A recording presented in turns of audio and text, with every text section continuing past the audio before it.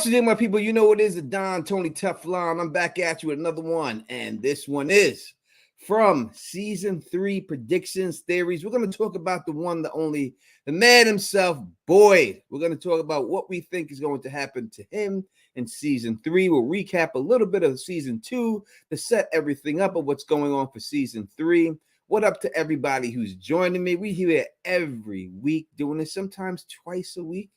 You know what I mean? All my family, what up to all y'all? What up to everybody out there in the live chat? And what up to the people who are going to be watching this later? Let's say what up to some of the people who are joining us today. And then we'll get right into it. Let's start right in. Cindy, the romantic. Taylor is in the building. What's up? What's up? Channel member Dr. Deb is in the building with us. Chicago Made Gaming and Media is in the building. Susan H. is in the building rocking with us right now. Luna is in the building. Channel member Luna is in there. CJ2K is in the building rocking with us. Fred Grace is in the building. Channel member Fred Grace is in there. The Copper Broom. You know, you got to jump the broom, baby. I ain't jumped the broom in my whole life. Hopefully one day I do get the opportunity to jump the broom. Hopefully. What up to Steph Snow, who's in the building? Rocking with us, channel member. Shorty Pooh 80 is in the building rocking with us right now. I don't know if it's my glasses, but the screen looks a little fuzzy. I can change that in a second. Fred Grace is in the building rocking with us. OW is in the building. Nisha is in the building rocking with us. TNX Jesus is in the building. I always say the wrong one. Shakir Robinson, channel member, is in here. Real ref. Who's ref?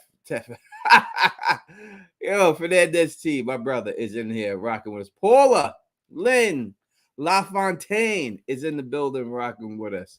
Solvents, channel member, is in here. Just Genus is in here rocking with us. JR is in here rocking. We'll give some more shout outs a little bit later.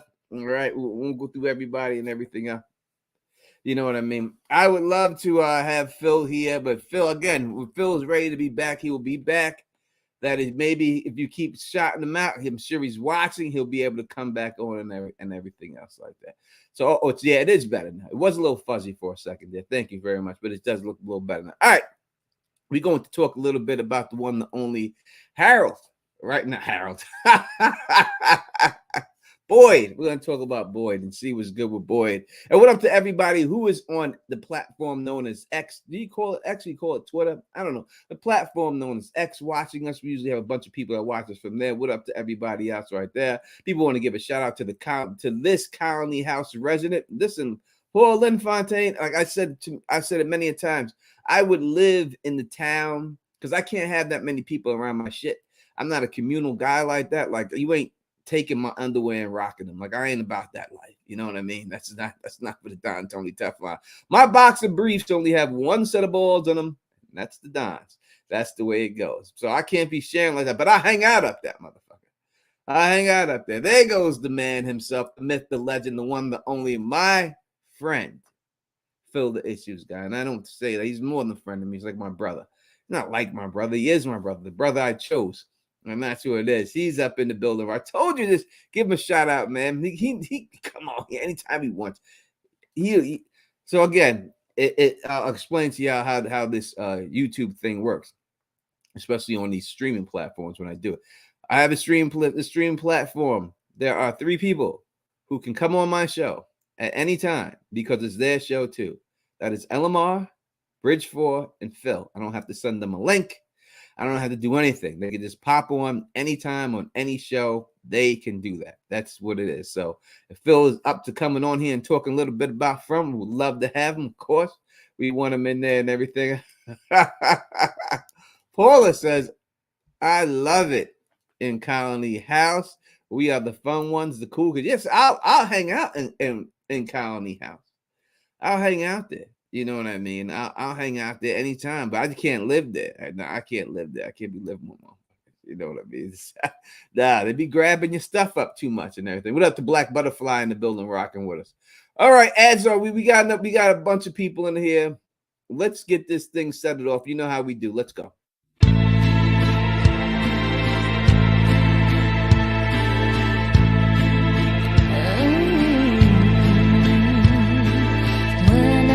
was just a little girl, I asked my mother, what will I be? Will I be pretty? Will I be rich? Here's what she said to me. Que sera, sera. Whatever will be, will be. The future's not ours to see. Que sera, sera. What will be, will be.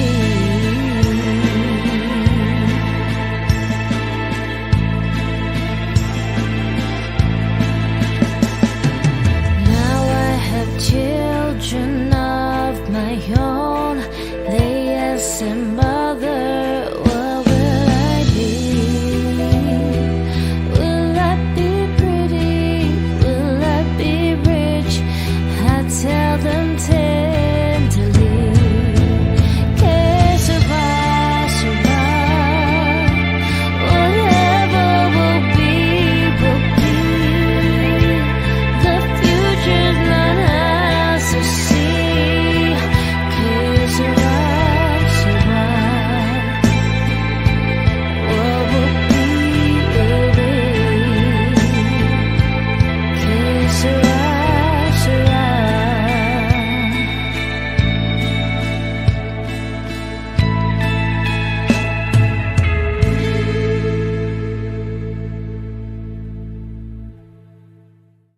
Thank you to the beautiful Carla Way for dropping that for us as we do every week. 100%. We appreciate that. Give a shout out to the one and only Carla Way in the chat for you when she gets up in here so she can see it straight up and everything else. Let's go on. Let's get into it. All right. So we're talking about the man, the myth, the legend himself, Boyd. And when you break down what's going to happen to Boyd's character, I think we can see a theme, a consistent theme for his character in this show from the beginning of the time that he's gotten there. And his theme has been he is the man who fixes the problems. He fixes shit, right? He fixes shit. And that's what we have to look at for things for him. He's the one who fixes things, right? When he first got there, people were hiding inside of the holes. They had nowhere to go. Boyd is the one who found the talismans and allowed everybody to stay inside the houses and chill up in the houses. He's the one who found the goat. He found the food. He's the one who fixed everything. He's brought law and order, hence him being a sheriff, to this colony house, colony town, and made it livable for everybody. Set the rules in place of sunset when these monsters come down, ringing the bell, make sure everyone gets home safe and protecting everybody. So that is Boyd's role. Now we've seen him play that role out from ever since season one. We've seen when the Matthews and Jaden and their car collided, it was Boyd that got them back to the house and fixed everything. Father Kotri was the one that he always confided in. That was his boy, but Father Kotri bit the dust. And then all of a sudden, again, I don't think that it is coincidence that Boyd actually sees Father Kotri. We've seen this happen twice, Boyd and Jade. And I don't think that this is just Boyd illusioning this. I think this is the place sending these messages to him through Father Kotri. Also, I think the same thing is happening with his wife, Abby. Again, Boyd was forced to kill Abby because he thought that Abby was going to kill their son. Now, if you look at Don Tony Teflon, I predicted that that was the reason why him and the son didn't get along way before they even showed that. I told you that he killed his wife right off the bat. Told you that was the deal, and he did. I always get these things right. Trust a Don when I be talking, man. Go back and check the video. You'll see exactly when I said it. All right. So I think that, and I think that we have to take it seriously what his wife said, but we'll get to that in a little bit. So we always see him trying to fix any situation that he was in, right? Hence the Sarah situation. He knew Father Kotri, the trust he had in Father Kotri is what allowed him to believe in Sarah and everything else and go off into the woods with Sarah, hoping to find other answers. We don't know exactly what happened in the tent. We still don't know that, but we know that they seen the lighthouse back in the day. What up to Kelly Johnson? I appreciate that. He says, thank you for the super chat. Will Boyd have a better ending than his Lost one? I never watched Lost, so I have no idea. We need Phil the Issues guy on here to answer that question. If Phil does come on here, he will answer the question. I hate doing this by myself, so hopefully he does show up. But if he does come on here, I'll have Phil answer that question for you, bro. All right. So We see him go out there and make his way out there. Boy in white comes out. It's raining outside. Boy in white says that the forest is mad. All of a sudden, he jumps inside of a faraway tree and he winds up inside of a well. Now, when he's inside this well, he comes up and look, who was the dude that told you he was in the well? It was Don Tony Teflon. I told you he was in the well. I told you that before. It was showing he was in the well. And the reason why I knew that this is what it was going to be was the way the rope fell down. I said it in that video that the rope came straight down. It wasn't, if it was someone had thrown the rope down, it would have had to been touching the sides. But the fact that it came straight down the middle made me feel that it was a well, and that's how I figured that out. All right, so he gets out of the well. He runs into a character named Martin, who's been chained up to this wall. Said he's one of the older residents. He's been there a while. Martin specifically says that he's being kept alive by these parasites that are in his body. Boyd doesn't want to leave him behind. Martin says you're going to have to because they are coming back, meaning multiple people are coming. That's when he's seen heard the music box for the first time. After he hears the music box, Martin is cut. He cuts Boyd, puts his blood into Boyd, and then Boyd escapes using a torch, gets out of there. Torch is still lit, runs into the trailer with Victor. That's the first time he meets Elgin and everything else. He goes into that. We basically know everything that happened then. Nightmare creature shows up all of a sudden. People can't fall asleep. People are getting eaten out from the inside. Boyd figures out exactly what you have to do to stop the music. Gets taken there first for Sarah to the same spot. She can hear the music box playing, but they're not in the same time. So it makes me believe that they're not in the same time. We are skipping time periods here. He's going backwards into time when he's dealing with them. You know, so kind of like, you know, like when I would say if you ever watched the show Loki, and you've seen like when people were time variants and jumping around times, that if they stayed in catastrophes, like bad things were going to happen, and that's when the time cops couldn't catch them. So I think in a situation like that, they're bringing Boyd back in the time. These people are hiding in different time zones, and not in your time zone, different time zones where they're hiding and doing these experiments. Why? They must be hiding from somebody. That's why they're doing it. Or why not just do it all in the same time?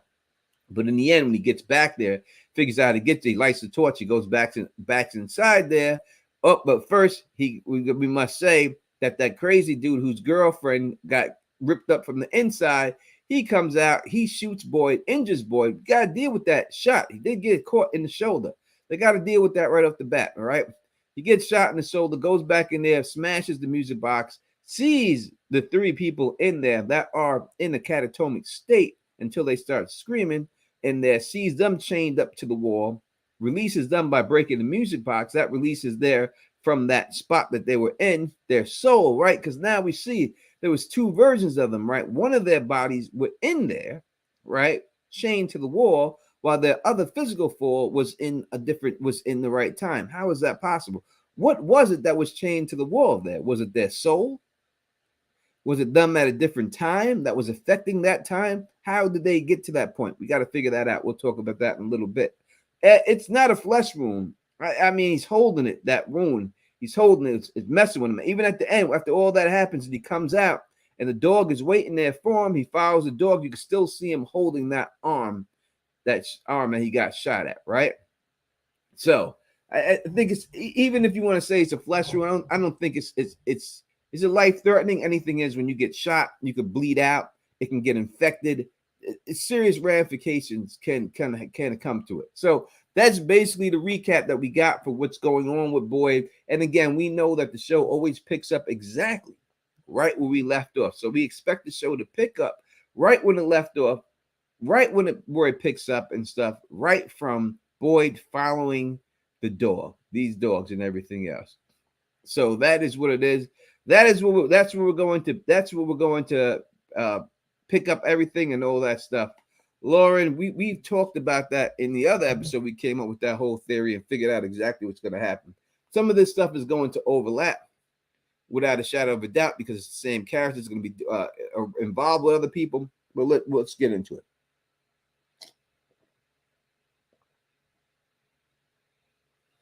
And real quick, 518-290-0848. 518-290-0848 is the number to call into if you want to call in. 518-290-0848. You can see at the bottom of the call right there Who is texting me now? It's my daughter. I'll hit it back in 1 second.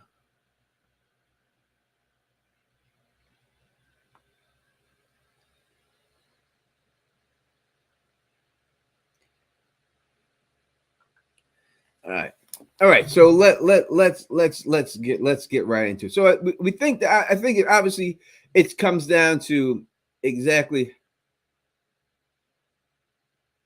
Jesus Christ, is that what we're talking about here, Jackie C? Is that what you want to bring up right now? Oh my God. Anyway, besides that, right now, uh, we see Boyd following the dog. What's going to happen, and what is the dog actually trying to lead Boyd to? We see him going off into the woods and everything else, right? That's where he's heading. He's heading off to the woods. What exactly is that dog bringing him to? Is it going to bring him to the boy in white? I can't see that is what the problem is going to be. I can't see him doing that. I don't think Boy will be able to see the boy in white. Sarah brought up the boy in white to him. He's aware of him, but I only think that people can see the boy in white. It seems like people who've had some type of seizures. I've never seen Boyd have a seizure yet, so I don't know if it would be a situation where Boyd will be able to see the boy in white. So I don't know if it would make any sense for him to bring him to that. It has to be something else, though. These dogs seem to be in protection of the boy in white, and usually where the boy in white is, that's where they follow. Only other time I seen the dogs get a little bit aggressive, though, you could look at it, was when Victor was out there with Ethan. They were not even Ethan. Well, when Jim was out there with Tabitha, the dogs seemed to be being aggressive towards those two until Victor had to shoot the gun in the air and chase them off. All right. So it seems like they were being, but why were they being aggressive to Tabitha? Because they were coming for Victor. Probably the same way that they protect the boy in white is the same way they protect Victor. But why would that be? We'll talk about that in a little bit and everything else and all that good stuff. Percy saying that we haven't seen Victor have a seizure yet. No, we have not seen that, but we can assume. I assume that he has had one. I'm assuming that he has 100%. I think he has had one. They have not shown that. You're correct about that. But hey, what up to Anna on the Red Lipstick Club podcast, rocking with us right now. Luna says, Tony, do have seizures first, or do they have seizures because they saw the boy in white? I think Elgin said that. All right, so Elgin, from what we've seen so far, they have had seizures. Sarah had a seizure before she seen the boy in white. She had hers before. Ethan had a seizure before he seen the boy in white. And Elgin had a seizure after he seen the boy in white. So 2 before and 1 after.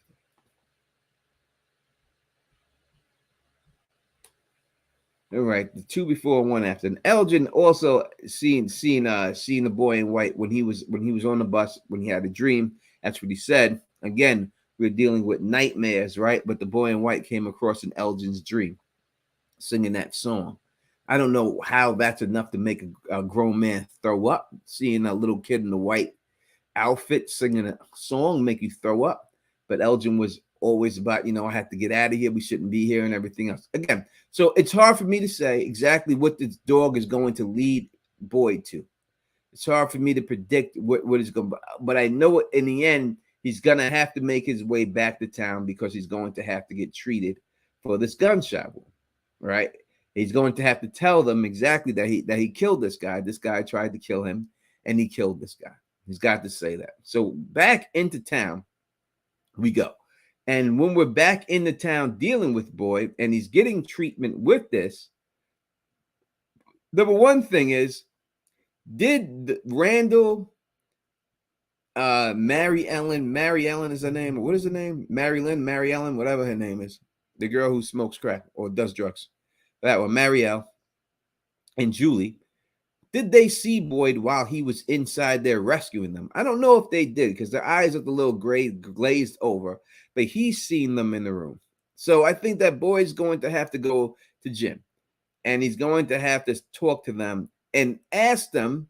Number one, he's going to see if they've seen them in the place, if they actually seen the place also, because they only started acting like that whenever they did whatever they did to them that made them scream. But while they were not screaming, they probably were chained to the wall, talking to each other, interacting with each other. What else did they see in there? So I would think that Boyd will try to question them and see exactly what they knew when they were in that place and if they seen everything, because now they all been to the same place. So I think that he will question them about that. Then I think that Boyd is going to talk to Jim. I think that Julie's going to ask Jim what's going on with mom. He's going to have to tell her that she went off with Victor. Then that brings us back down to Victor and everything else, right? So then when he goes down to Victor, they're going to have to confront Victor and say exactly what's going on with you, Victor. Where did you tell this chick to go?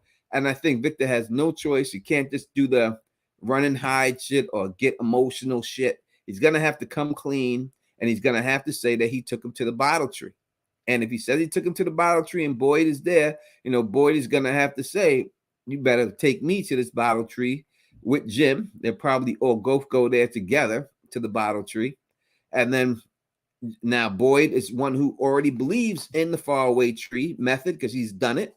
Jim would be skeptical about it. So it might be Boyd in the beginning that goes through the bottle tree and goes up into the lighthouse. Now, I do believe that Jim will eventually make his way to the lighthouse. We look at Jim's character from season to season. All we've ever seen Jim do was try to get this antenna up to the highest point he could so he could reach outside people. So I think that if Jim, somehow they could take pieces of this antenna, stick it inside of the faraway tree with them, they could all go to that thing, and the lighthouse will be the highest point. Jim will finally be able to put his antenna to work while he's up in there. All right. I think that then when they get up in there, they're going to see the broken glass there. Now, is that enough to make them think that Tabitha fell out the window because it had broken glass? I don't know if that's going to be enough to make them think that. I don't know. I would think you would need something more, but I do think it could be something like that. All right, we'll go through some chat questions, and then I'll keep going on what I think and everything else, what people are saying. Susan A says, I think the dog was protecting Boyd because protecting Boyd be the creatures, because the creatures were walking in the woods, but they didn't see him. Maybe it was leading him out of the woods to back home. What were they walking through the woods at that time? Were they? I don't. It's hard for me to remember. But if that was the case, then yes, I would think they were. Was it nighttime and the creatures were out there when Boyd came back after doing that? I'm not sure if that was the case. If you're saying it's the case, I'll go with you on that one. I know that when he first came out, the creatures were out there, but I don't know if it was the second time he came out that the creatures were out there. I don't know if they were at that, if that was the case. I don't know. I have to go back and take a look about that. But yeah, if it is nighttime, then I think that the dog would be leading him to safety past the creatures. I think Boyd, the things don't run, so they shouldn't be able to catch a Boyd no matter what. Listen, man, I'll tell you something about black people. All right, we ain't getting caught. You ain't catching us. The only black guy who got caught was the dumb one who shook hands with the monster. Went out there and started shaking hands and shit. All right, you ain't catching no black man. All right, we out, son. We are fleet of foot. You ain't catching us, man. You ain't catching us. Out of your mind. God damn. Boy will pull the gun on that dude, shoot that dude 50 times and back away, man.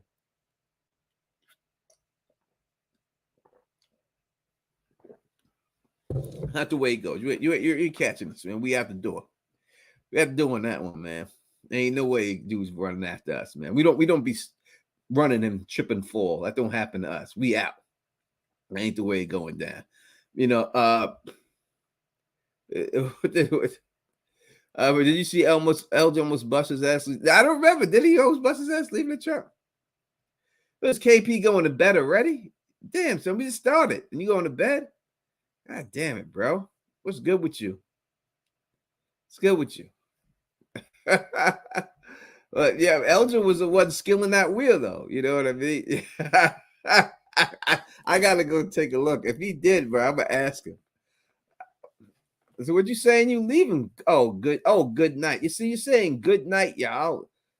When you say good night, y'all, that means you going to bed. Maybe around where I'm from, that's what it means. When you say this, I'll highlight your comment, KP.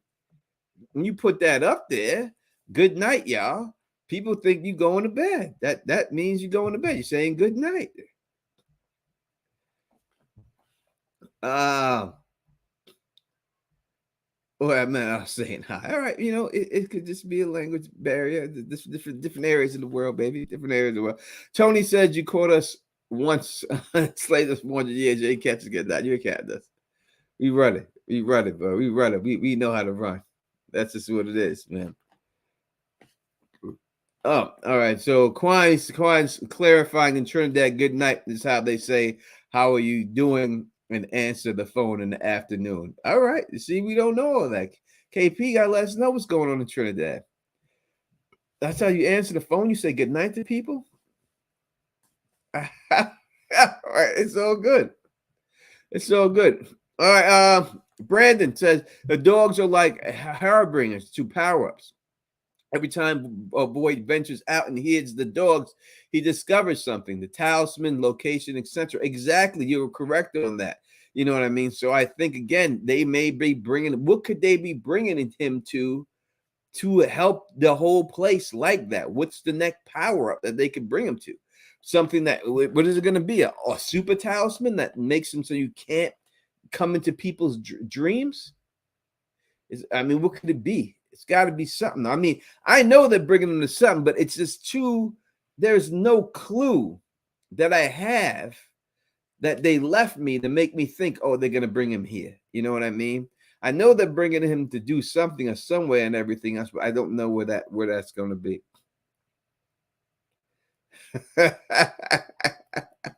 And everything else, you know what I mean? And that's just what it is and stuff like that.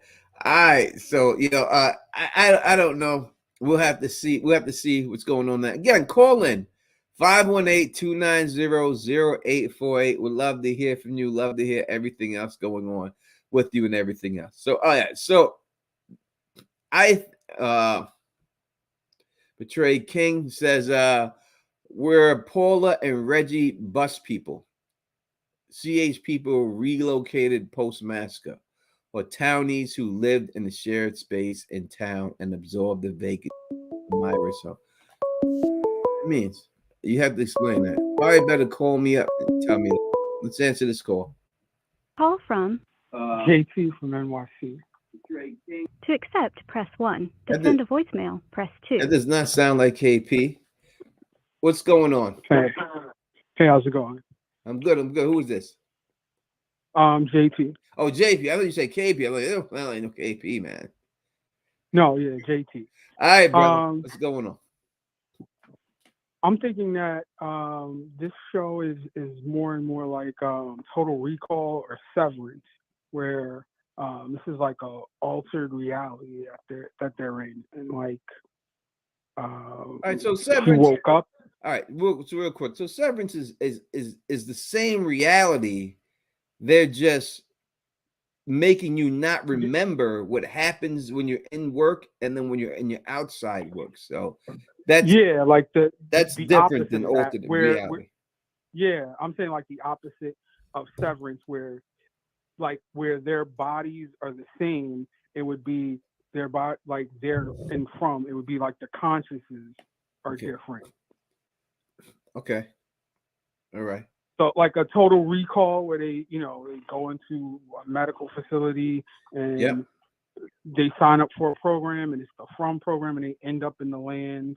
Yep. And I think like the bracelet that might be a glitch in the program where it's showing up, 2 times, stuff like that. I think that might be like a glitch, like how like the jukebox comes on and plays certain things. I just think certain things are like too on the nose Yeah. for it not to seem like it's programmed. Yeah, so I agree. I think that it could definitely be a situation where they are, let's just say, sleeping somewhere, but have like virtual reality goggles on, and they're transported into this world, and they think that this is what's going on. I can 100% see a situation like that going on here. You know what I mean? Like they're doing something like that. And In this show. I can see Elgin being like a person that was in from before. Say Abby killed him, right? Was one of the people that he killed, and he went back in, but he's not the same avatar in from as before.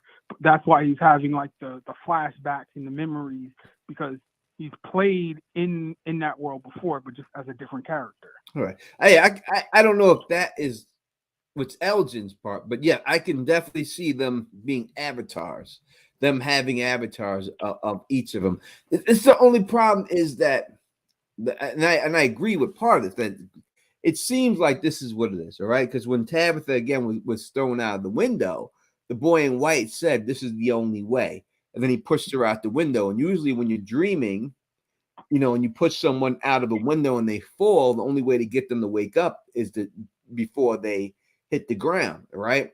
So it could be a situation. We also heard Abby say herself that everybody here is asleep and only we have to kill them to wake them up. It could be a situation. It could be something like that going on. And even Martin said, "Do you think Abby was right?" Yeah, Abby could be right. I always tell people, no matter like I'm watching this show Sugar right now, and I'm watching these other shows, that I always say like these murder mystery or these boxes. I guess not dealing with Lost. I never watched it, but people, it's not that. But usually within the first 1 to 2 episodes, they give you the killer or they give you the thing. They give it to you quick. You know what I mean? They usually let you know what's going on. You just don't see it.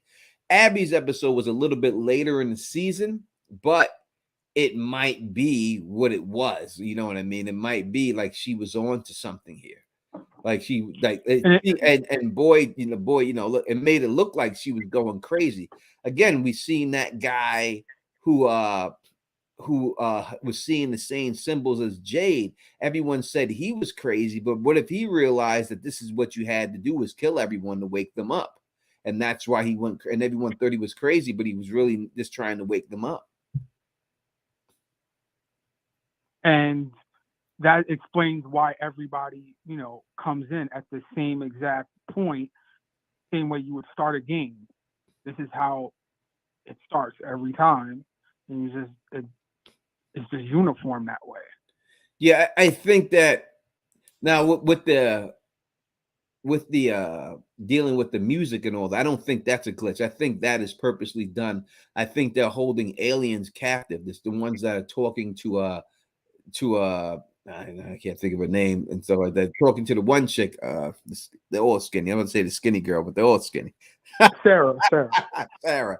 Talking to Sarah, I think they're the ones who are sending the messages there and playing it. That's the only way they can communicate to them. They're trying to talk to them, but they don't know how to do. Just like in Severance, talk about Severance, that someone went there and left clues for them to find, to tell them exactly what's going on. It could be a situation like that with the drawings and the cave and everything else like that they left it inside there so for people to find.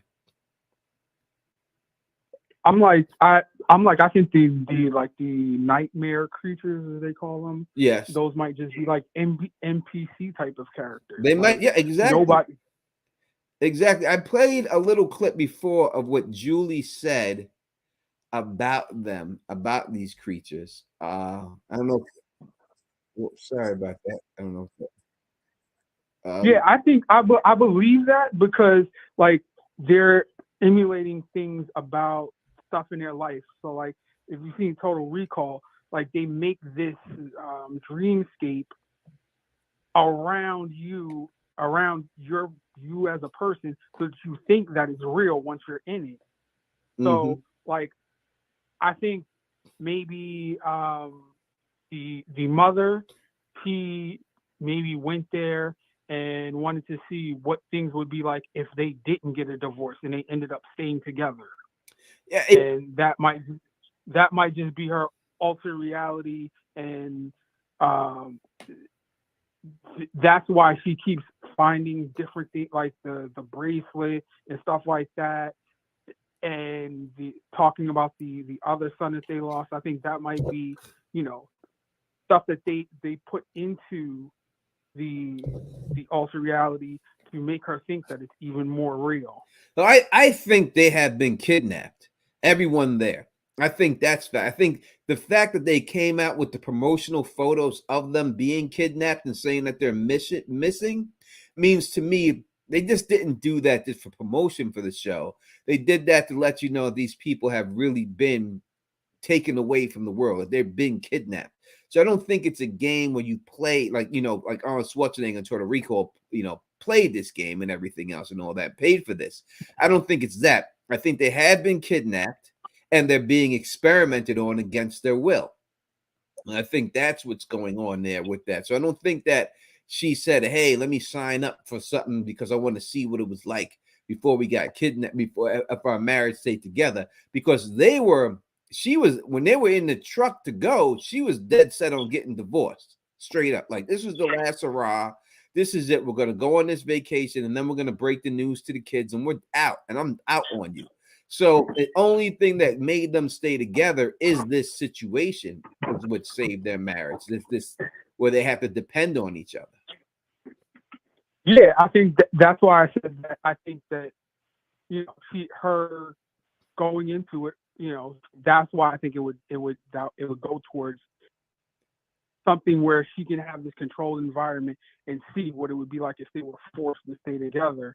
But what would you think if she wakes up, and the son that she lost is alive in this, wherever she is? Would she want to go back, or would she, like, how bad do they have to make the real world, so to say, for her and her family if her son, the third child is still there? Would that entice her to want to stay or something like that? I don't know if it would entice her to want to stay. I think they are trying to run experiments on these people and they want something from them. But I don't know. Also, you have to look at it like this. There was 2 cars that came in there. They said last time 2 cars. Everybody says that, but it was, they had already, the Matthews had already gotten caught. They passed, they went through the loop, and then they stopped at the funeral, and they said just let them go around, and they was setting up the spikes, so they were already trapped for like an hour or so, and then them doing the circle again. That's the same road that Jade came in on, but they were already trapped for a while. Well, they say the actor who played Boyd, said that you're trapped before you see the tree. Yeah, I'm So saying they were in they there. were. So I'm saying Yeah, I think what they're trying to say in the show is that when one person shows up, usually 2 people don't show up on the same day or something like that. Like that's the rarity. yeah, Not the yeah. exact Same same day. time, like on the exact day. So that means to me that one is expected and the other person was not expected. Like they wanted one person to come, they trapped them, but someone else came in on that loop too. Now, I think that the Matthews probably were the ones that were meant to be trapped, and Jade and Toby were the ones who were not meant to be trapped. Someone else brought those people in. And I believe that those are the alien people that Sarah are talking to. Because Jade has an important role to play that he could help get them out. But there has to be a reason why they wanted why they wanted the Matthews family there. There has to be something there that made them want them to come there. One of them, for some, either one of them or all of them, but one of them they wanted. I think they wanted both sets. And I think that Toby was probably important because that's why they told Sarah to kill him. Like, I think it wasn't Jade that was important. It was because they haven't been trying to kill Jade All right. You know, Exactly. the rest of the time. You're exactly right. So let me explain that, my philosophy on that right there real quick to you, right? So you're right. They told Sarah to kill him, and by killing him, it would allow everybody to go home. That's what they told her, right? You had to kill Toby. So when you look at what happened, right? And now the people who are talking to Sarah, I don't believe other people that are holding them hostage. These are the aliens to me that are being held hostage, that they said to her they want to go home also. So when they told her you have to kill Toby in order for everyone to go home, what happened? When they first arrived there, Jade said he said that this looks like an escape room, right? To him, this was an escape room, and he thought that Toby was the one who did this and put them up in there. He didn't start taking this seriously until he seen Toby's dead body. And once he seen Toby's dead body, then he started taking it seriously and trying to figure out a way to get the hell out of there. So I think that they made her kill Toby so that Jade could take it seriously, because they know that Jade is the key for them all escaping. He can get them out. Okay. The time aspect. Yep. Do you think that it's like there's time jumping involved, like something like Quantum Leap or something like that, as far as what they're showing, like at least with the Civil War guy and stuff like that? Yes, I do believe that there is some quantum leap is a great way to explain it. Yes, when you see Boyd go into that castle or wherever he was at, it was put together, and then when he came back, it was all torn down. I think that these creatures, for some reason, are hiding in different pockets of time. For whatever reason, they're hiding their experiments in different pockets of time, like what they were doing. Go ahead. I think that it can be even proven even more with Victor, like, because he's not remembering when things happen. I think he is has jumped through time. That might be how he escaped like the massacre. Like he was able to jump into a different time period and then jump back. And it's you go through a faraway tree and you're able to go through time, right? You see all these creatures are dressed in different, 1950s and all these type of clothes. You know what I mean? They're bringing these people through different time periods and stuff and bringing them out there. So, I think it's a given that we're dealing with some type of time travel here. Well, we haven't actually seen any of the creatures come out of the trees. They come from that cave. No, I'm not saying that they came out of the trees, but I'm saying that the fact that you're able to transport people through the trees and everything else, we could say that they're dragging these people through. I don't think we've seen Boyd, right? Let me put it to you like this. When we seen Julie locked up in the place that Boyd was at, right? We seen when he was locked up in that place. Boyd got there by going through the faraway tree in the beginning, but then he got there, he lit the torch, and he was there. They were already in there. They didn't go through a faraway tree to get there, but that place looks like it's back in time. So they were able to bring them back in time somehow without the faraway tree. So I'm saying that they're able to transport people through time. So most likely when they got some of these creatures, these outfits, it most likely is people from different time periods. That's why they have these outfits. Yeah, especially the guy with the boulder. Mm-hmm.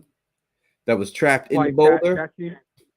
Yeah, that I think that seems like that's something from a different time period. Well, Victor said, I think they had to show that because Victor said that when you go through a faraway tree, you could wind up anywhere. You could wind up in the sky. You could wind up trapped inside of a rock. And then they showed the guy trapped in the rock. So, you could come do anything and wind up being placed inside of something. And if you get trapped in the rock, you're going to die. If you get put in the air and you're going to fall and you're going to die. And I'm like, it's not a given that any of this stuff is in the past. So it might be somebody that we see in the future, and they're the person that's here. 100%. It could be people. I mean, listen, Martin he came out there, said he was in the town. We don't know. He's claimed we're thinking that it was in the town back in the day, but what if he was in the town in the future? And and they put him back there, and he was there. You know, we don't know. Yeah, that would make sense because that would explain how he knows about Abby. Yeah, we have no idea what's going on.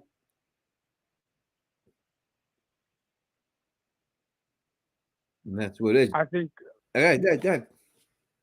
Yeah, I'm like the boy in white could be like some sort of what do you call it? Like when you play a video game and it's like a character that's leading you from one mission to the next mission. You know what I mean? Like he's just a part of, I guess, like helping you navigate towards the whatever the destination of the game or the store to keep the storyline going. Yeah, boy in white's bad, bro. I'm gonna be honest with you. He's the key. You must kill the boy in white in order to get the hell out of this place. Boy in white is not a good person. When it's all said and done, I'm convinced on that 100%. I know, but they're trying to make you believe he's good. Number one, they want to make him as a boy, and they want to put him in all white, right? They want to make you believe that he's good. Again, Sarah said that she didn't think he was a boy because he's not. He's a grown-ass man who's just in his avatar is the boy in white. But the boy in white is not a good person. So what did Tabitha mean to the town in such a good way that he would want to get rid of her, throw her off of? She got too close, right? She got too close. So I'll say this right now, and I again, this is stuff I got to make a video about, and but I don't make videos about and everything else. But Tabitha got too close. She made it to the top of the lighthouse. You're not supposed to make it up there. So he had to get her out of there and push her back to reality. Now she's back in reality. Though now she's got to deal with the people that the real guy who is not that the boy in white is that the boy in white is that is playing the boy in white. Or she's got to deal with that because she made it too far, right? She made it to the top. You know, if you played a game called Yare Kung Fu, I don't know how old you are, but it's an old game back in the day where you have to go up to a level and you have to fight the boss. The boy in white is the final boss, right? And then she made it that far, but she had to get knocked back down because she wasn't ready. So that's why he pushed her out of there. He's not a good guy, KP. He's not a good guy. We've seen nothing the boy in white do good for anybody. Nothing. Nothing. No one can tell me what one good thing the boy in white's done for people. I'm like, if he didn't push Boyd into the tree, he would never have gotten those worms or what have you in him. All right, so let's go through it real quick. He told, where were they? They were about to get to the tower, the lighthouse. To prevent them from getting to the lighthouse, he told them to go into the tree, right? He put Boyd into the tree. Sarah was in a good spot. Where did Sarah wind up? She wound back in town where they wanted to kill her ass. And if it wasn't for Father Khatri hiding her there, Sarah would have probably got put in the box and died. Boyd got sent to the same spot that Martin was being. Well, no, Father Khatri was already dead at that point. What? No, Father Khatri was already dead at that point. But in the fact that you're correct on that. But the fact of the matter is that when she put her in there, when she put him in there, her life was on the line when she went back there. Right? So it wasn't like she was safe when he put her in there. She could have died where she was at. And Boyd got put in a place where dude was handcuffed against the wall, where the guy told him, Martin said, yo, they're about to come back. We got to get out of there. He didn't know Boyd was going to be able to find his way out of that shit. Right? So there's no saying that. There's nothing saying that he did good by Boyd. What we do know is that they would have made it to the lighthouse if he didn't do that. And when we seen somebody make it to the lighthouse, he pushed them out the window. Do you think there's any connection between the music box and the boy in white sending him into the chimney tree thing, whatever? Yeah, like the music box and all that, it's all like mind games and shit. You know what I mean? It seems like it's all tests and everything else. In the end, they could kill everybody in that town at any time they want. But it's like a game to them. They're playing a game. They don't want to just kill everybody. There's something else going on here, right? So the light, the music box and everything else, and figuring out the riddles and all this puzzle shit, this is a game to them, making them figure things out and stuff. Like any game you've ever played, Final Fantasy or whatever you ever played, that I played, any one of these games, Resident Evil, you always got to go through here to find this and work your way back through there. I think that's what's going on here. But I'm like, if they're killing off characters before we're able to figure out what their clue is, because with Boyd finding out that the girl and the guy that got killed that night was the same name as the guy that he was his military partner, served with in Iraq, or like, what it has to mean something, as he was telling I can't remember her name, Well, Elizabeth Beth, or his wife?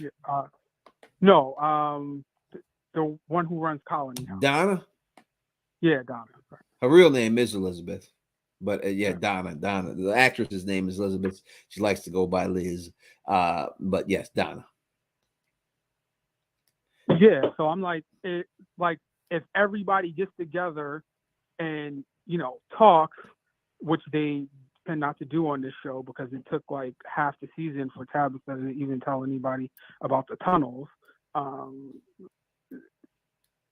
Maybe they can find out what all of these different clues mean with all of their different backstories. Like, they have a map about where people came from, but I think if people actually knew their backstories and stuff like that, they can all find common clues and to help each other get out. Of course, I agree. They need to do that. I think that what happens is people get there and you get institutionalized, right? I think that's what has happened. They have figured out a way to survive, and they're surviving. Again, Donna's like, this is better than the real world. She likes it in there, right? She said, I'd rather be here. At least here we know who the monsters are. In the real world, the monsters hide. You have no idea who they are.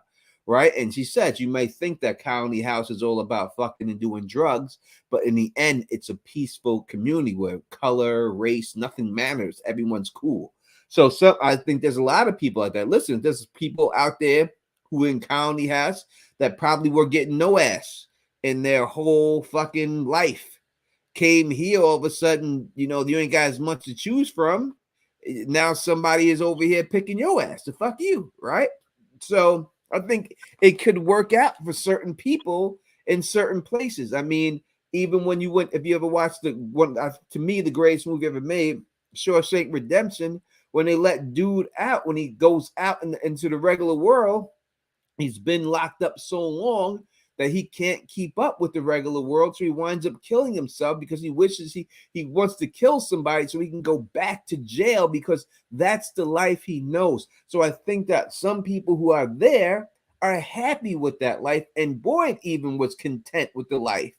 Everyone was content until Jade came in there and started pestering around and Jim saying, we got to get the hell out of here.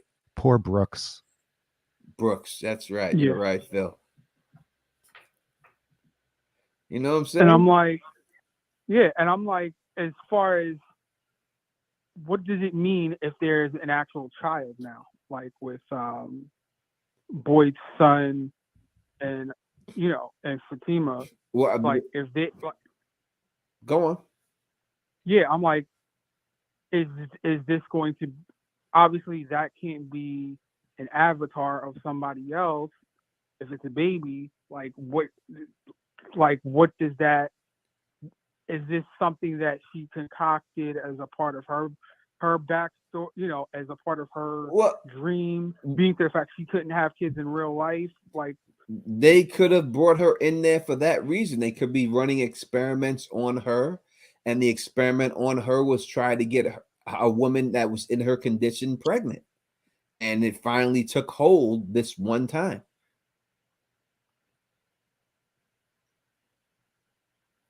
I'm like, does that mean that she could be on the chopping block to be killed next season?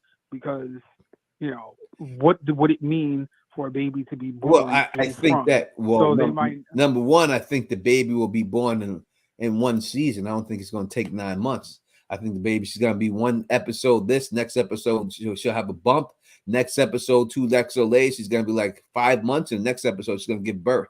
I think it's going to come really fast when she does give birth and everything else. I don't think it's going to take that long. So that is with that. But I mean, we've seen the person that drowned Elgin look just like her, in a different form that she was drowned. So I think that they're bringing these people in over and over again, the same people and stuff like that. But I got Phil here. If you want to call back, give me 15 more minutes. Let me chat with Phil for a second, and then give me a holler back, brother. All right, thanks a lot. All right, man. Thanks a lot. Thank you for the call. Phil Issues guy. What's going on, man? Not much. I'm still not in my normal setup. I'm across the room before, but I had to come up just simply, to say hi and pop on, but also answer Kelly's question about Michael from Lost. Go right. Yes, please answer Kelly's question. Is Boyd going to end up in a better situation or worse than Michael from Lost? Well, way better, because if we look at the end of Lost, I guess spoilers for the end of Lost. When we look at the church at the end, Michael isn't there. He doesn't get invited. Whether he ends up on the island because that's where Walt ended up, or he ends up in the From Loop and gets sent there and is there, he's not with the rest of the people at the end. He's one of the specific omissions that's in there. There is some rumors that Walt's there, but I'd have to watch it again. But Michael didn't have the best end on Lost. He ended up betraying people, and he came back in the end, killing someone that was important to Hurley. He did show up at the end and apologize to Hurley and all that stuff. But he had the best end in a lot of shows. no, in Oz, he got pushed down an elevator shaft by a crazy person, and in Romeo and Juliet, he put on a pox on all their houses, and then he got killed. He always goes out big. He goes out big. Is he can we call him the Black Sean Bean? I mean, he doesn't die as early. He doesn't die as early. Is he the Black Sean Bean? Does he get killed in every show he's ever in? Pretty what much. Up to the beautiful Carla Way?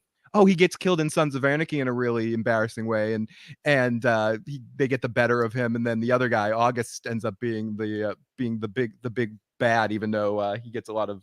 So yeah, I honestly, Tony, now that I really stop and think about it, he probably does die in everything. That's why this thing is such a big show for him, because he's finally the man. Oh, we love him. Number one is Queens, New York. He's a New Yorker like me. I think he's from Brooklyn, but it's no different. New York. You know what I mean? But people say he lived through the Matrix. But I guess he did. But the first guy died, so he did live through the Matrix. He did make it through one. Sean B made it through a couple. Let's see. I'm not sure if I can remember one that Sean B made it through. I don't think so. I think he died in every one. I think now it's in his contract. He has to. I think he died in every one too.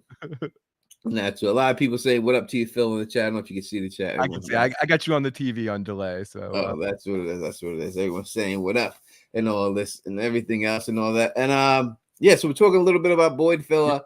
What do you think about Boyd? Were you looking forward to seeing anything about Boyd season 3? What would be the one would you think you're looking for? I think the thing I'm most looking forward to see with Boyd is him more interacting with the townspeople again. A lot of his season last year was, if I remember correctly, was kind of being on his own trip, his own adventure. So I want to see more interaction with him and with Jim and with Jade, especially like those three brains coming together to try to figure this out and work together. And also, obviously, you keep pointing this out, and it's an excellent point. This show has always gone right from the next moment. They don't really skip time ahead. So I don't think it's just a flesh wound. I want to see how he gets the hell out of this thing. I kind of just want to see where he goes in the immediacy of all this. I'm also very curious, as you pointed out earlier, about do they remember him? The people that he saved, are they going to have a vision of him being there? Or is that, again, more information to communicate? What I really want to see him do is act like an effing leader.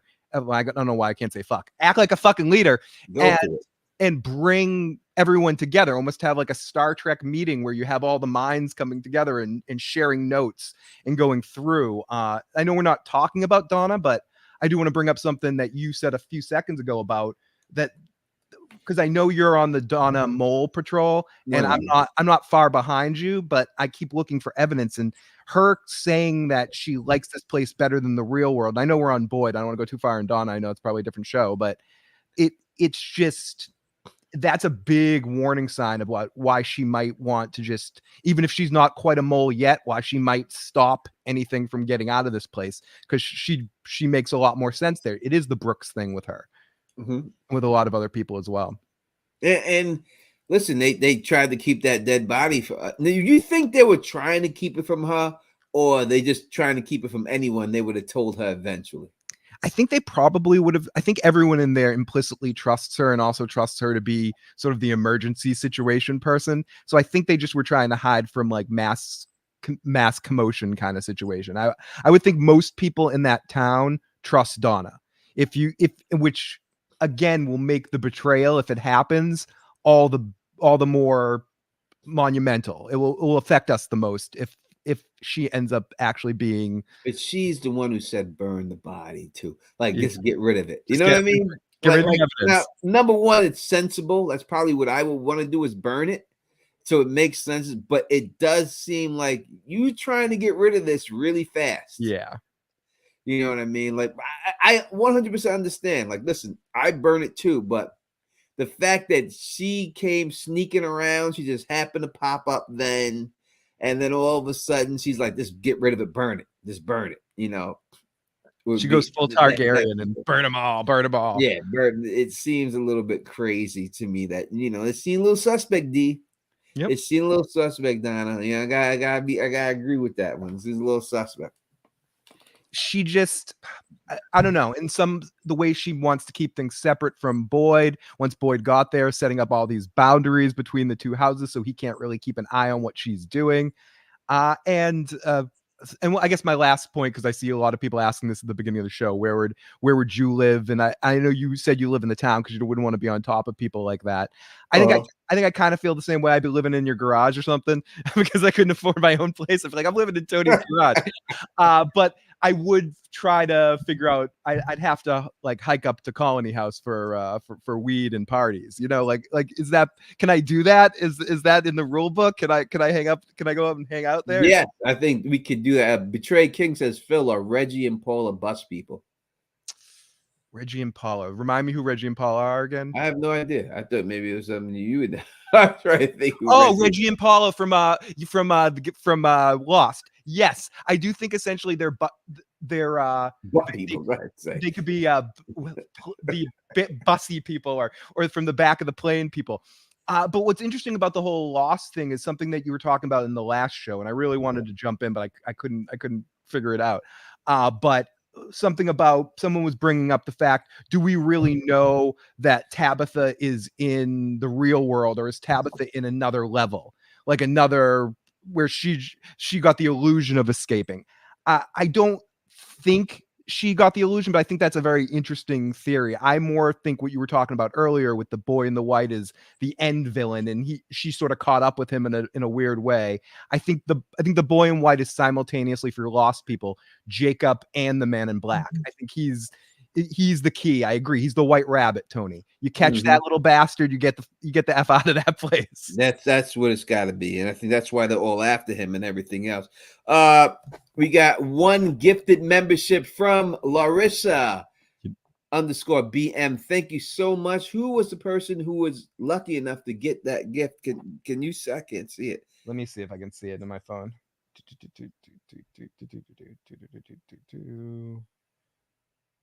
She said she was gifted, so she paid it forward. Thank you. It was Betrayed King. Betrayed King is now a member, thanks to Larissa. And that's what's up. Thank you so much for the gift. For everybody else, we really appreciate it. We have over 175 people here live watching with us.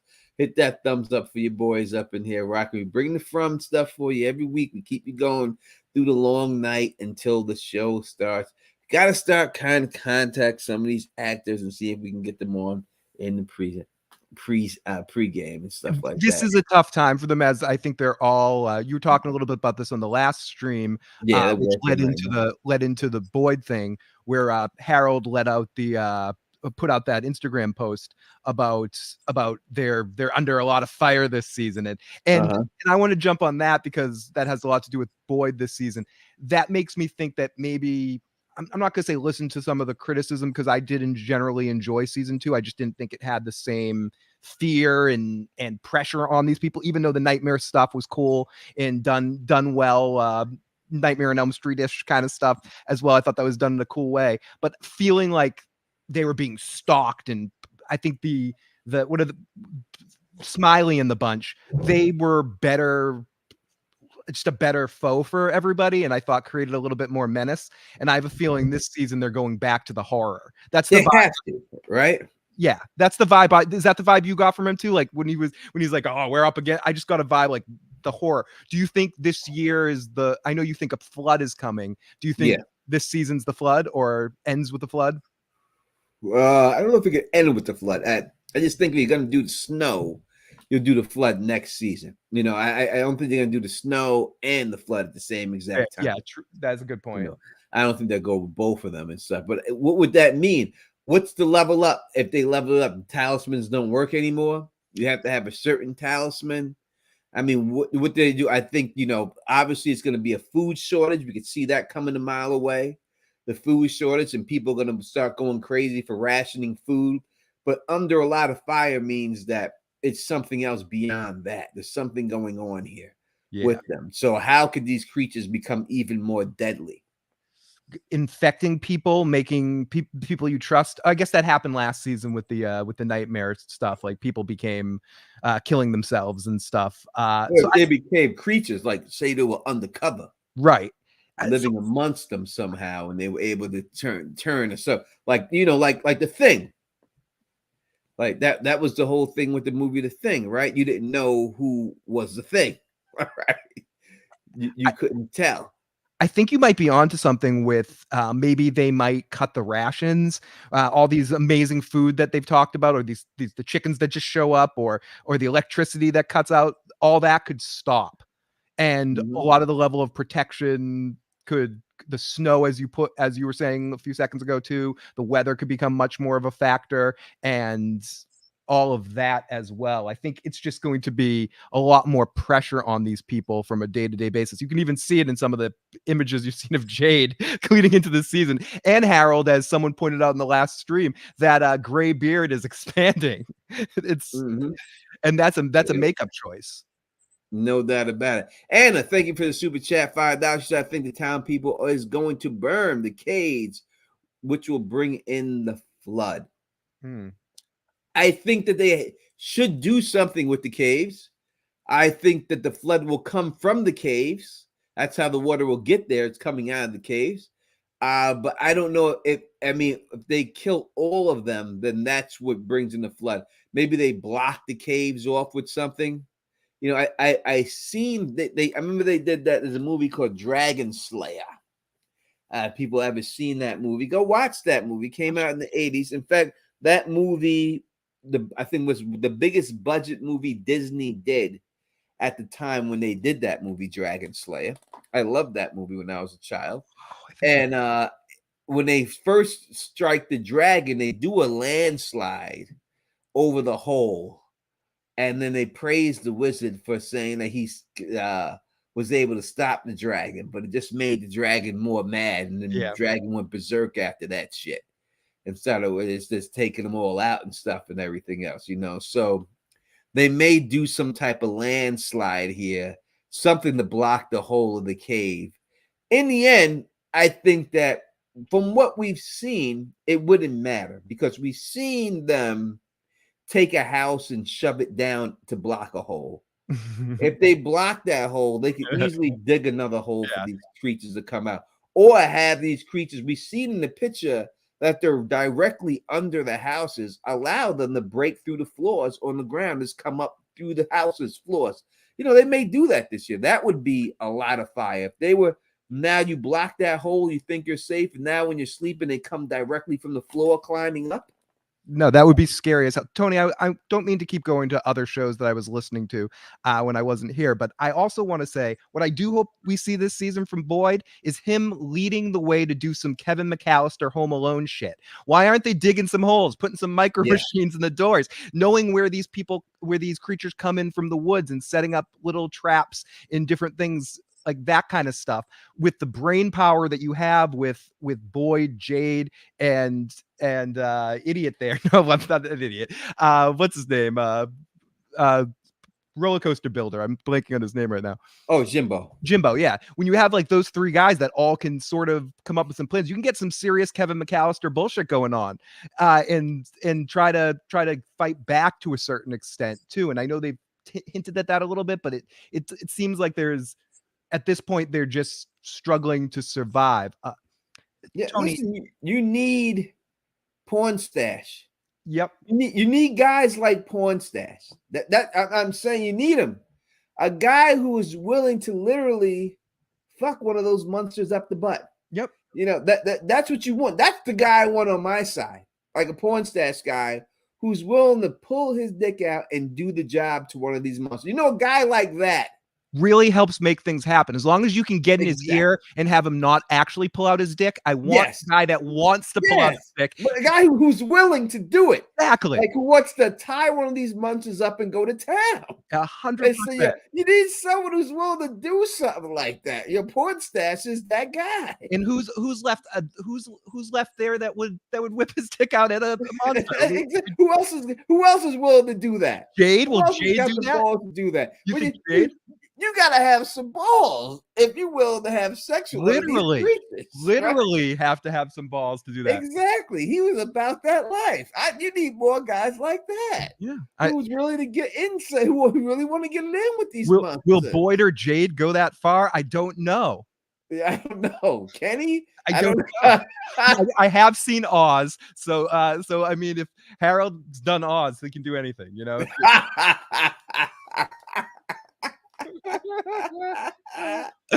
But that all being said, about Harold,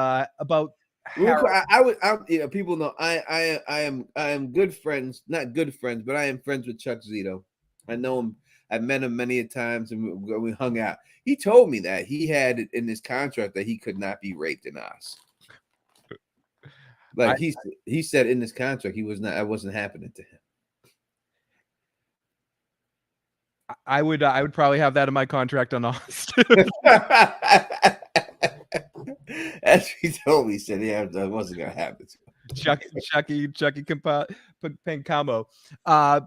But funny enough is they both, him and Harold both appeared on Sons of Anarchy as well.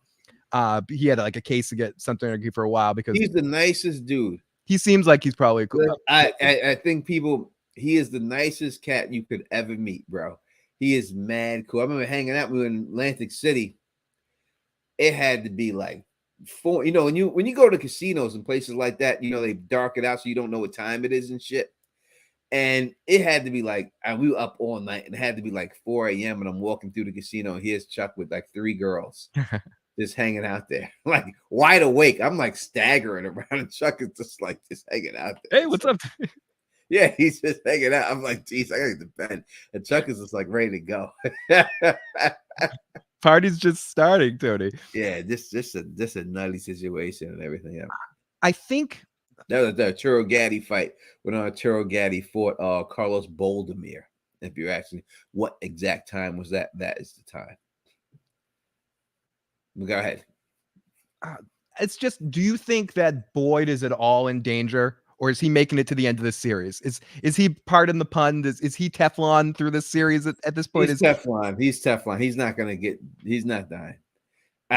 This is not going to be a Ragnar situation. This is not going to be anything like that. It's not a Ned Stark situation. I think this is the one he gets out of it. He has to make it out. He saves the day eventually. Yeah, I don't see how he does. How they don't let him do that. This doesn't hit the way it wouldn't hit right if it wasn't for him. You know So what I to mean? think about that going into a season 3 and thinking about where his story's going, does he the last couple of seasons he hasn't necessarily had wins. Does he get a win at the end of this season? Nope. Yeah, exactly. No. He did not till the final season. He's gonna keep getting L's and L's and L's until he Yeah, finally. this to me, if we're saying 5 seasons, right? Yeah. If we're going on the premise that they're going to run this for 5 seasons, but even if they run it for 4, say the show, and I think the show's going to do better than ever did this year. Look, I think right it's now gonna we're be- talking about it in the off. Yeah, I think it's going to be the biggest it's ever got right. This is going to be and it might be the pinnacle. It may never reach this high, but I think it's going to be the biggest. This season right here is going to be the biggest it ever got. This season coming up is the Empire Strikes Back Yeah, season. that's a great point by Brandon Yeah. in the live chat. This will be the Empire Brandon Strikes said that? Back season. Did he say it? Oh, Yeah, great yeah, I minds didn't think see alike that. because no wins. This will be the I Empire didn't see Strikes that. Back. But yeah, this is the Empire Strikes Back season. This is the season. You know, it's or you could say this is the Infinity Gauntlet season. Yeah. Where Thanos wins.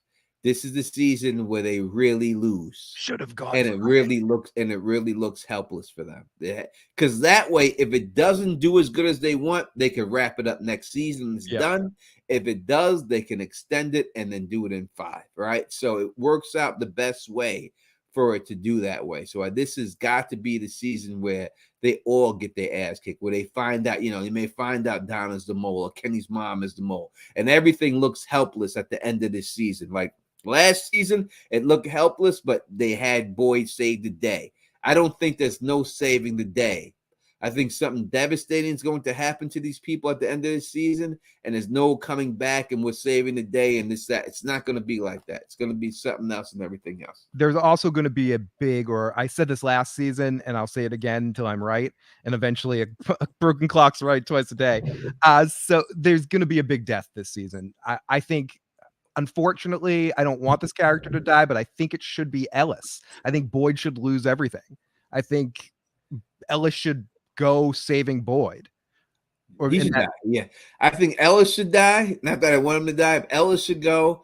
Can't see them getting rid of Kenny. Can't get rid of Sarah. She's untouchable. Sarah's untouchable. The untouchable people to me are Boyd's untouchable. Sarah's untouchable. Jade until the final season. Jade's untouchable to the final season. Jimbo probably until the final season. Jim's untouchable. Tabitha's untouchable. Therefore, their kids are untouchable. They're going to kill off Julie. They should have did it last year. Anna is not untouchable. Kenny's mom is not untouchable. Nope. Ellis and Fatima are not untouchable. Ellis and Fatima are both not untouchable. So it comes down to them dying. One of them. It could be Fat. Luna says Fat. It could be Fat. I think one of the two of them die. I agree with you 100%, Tony. I think it's one of the two of them. Yeah, Fatima could go. She might, Ellis or Fatima. Because, listen, they got married, the happiness, right? All that situation, that could be the pinnacle. Take it all away from Ellis. Fatima dies by these creatures. Because we've seen Fatima lose her mind at these creatures already, right? Yeah. And start screaming at him through the window and shit. That's why I think there'll be a swerve and it will look like it's going to be Fatima and really Ellis will go. And then that will cause her to do something stupid and die herself. Exactly. But Trey King, because I think Sarah died. No, Sarah can't die. I'm trying to tell you. Sarah is untouchable. The first person we see in this show is Sarah. I also don't think Christy can go. Christy's too important to the town, but maybe that could be a huge shock. I mean, Christy's going to stay, but the girl can go. Oh, Mary Ellen. The girlfriend can get killed. You know what I mean? I'm just saying for the no, I don't think Christy's going to go. I think she's safe. Yeah, I think Christy is pretty safe too. Her and Kenny need to have their closure. Yeah, they can't do that unless one of them die in the other arms. Yeah. It has to be a situation like that. I know we like to joke, but Kenny is getting some eventually. No, he's not. He is. I will bet you a shot. I think Kenny's going to get some eventually. No, he's not going to get it. He's not. I'll bet you a shot. I can't see. He's not going to. He's eventually. He is Jackie C. I think that Kenny's the type guy that if she offers it to him in some situations, he'll be like, no. You're drunk. You You don't love just, me. yeah, you really don't want to do this. I can't do it. You think he's gonna Something. talk himself out of getting it? Yeah, I think it'll be some situation like that. Kenny. No, I think they're leading up to Kenny finally getting some. Oh, you ain't gonna get it. You ain't Thank you, Winter. One person's with me. Thank you, gonna- Winter. no. Winter's coming, and so is Kenny. Sorry, that's bad. Yeah, Kenny, not at all. Kenny ain't coming no time soon. Not in the show. Is that Kenny plus Sarah? Kenny plus Sarah? No, I think it would be Elgin would hit Sarah if anyone. Yeah, Elgin's have vibes. out there. Elgin is out there, open for business, baby. Yeah. He's got vibes with them. Yeah, he's a Sarah. He's a Julie. He's out there just spreading the wealth. That's what a black man would do out there. Yeah, that's what a black man would be doing in that situation. Just spreading it around. Just spread around. You got to, baby. That's how we get down, baby. We got to spread it around. And that's it. Like you go on Tinder. Black dudes on Tinder like everybody. We swipe right to everybody. We got to cast a wide net, and then we see who likes us back. Then we go.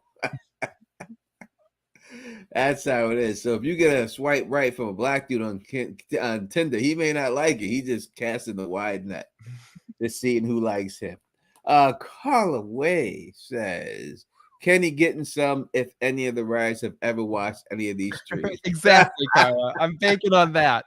I'm banking on the we've had cast members on where with all us talking about this. They're giving Kenny a win.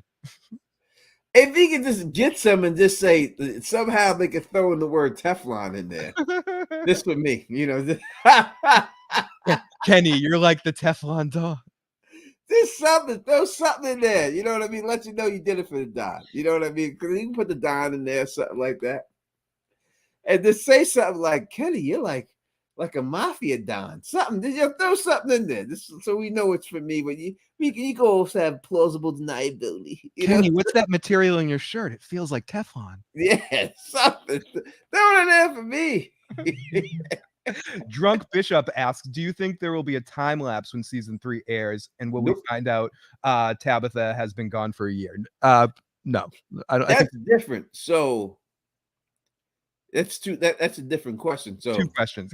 Yeah. So time lapse as for us, you know what I mean? No, like we're gonna pick up right where it goes. But if Tabitha, when she does make it back there, that they say, hey, you've been gone for a full year, that could be different.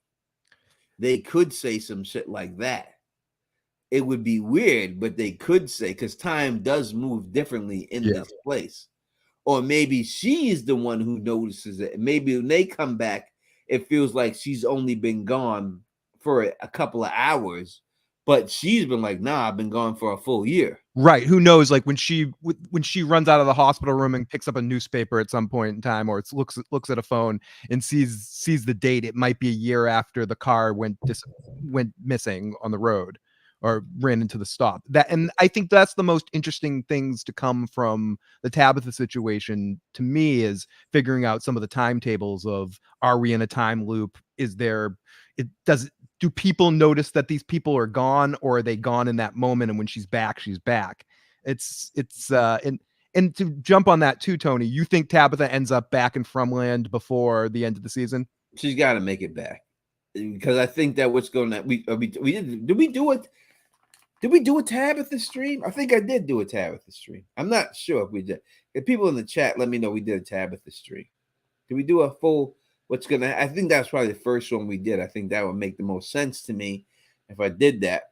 I can and everything else. But I think that in the end, if we did, I'll say it now, regardless if we did it or not.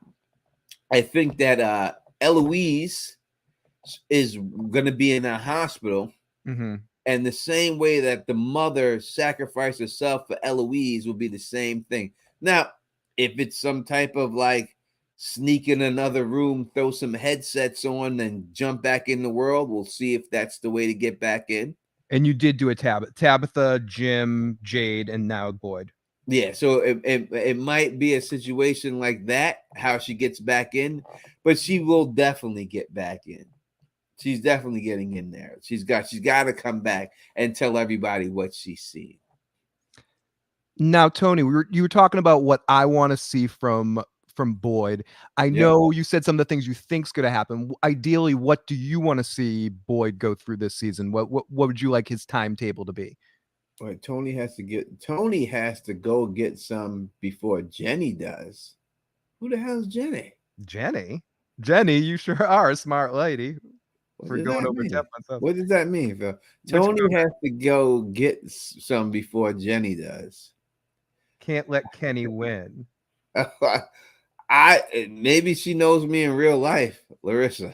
Yeah, Larissa's saying, Tony, you need to. Oh, she means Kenny. Oh, Kenny.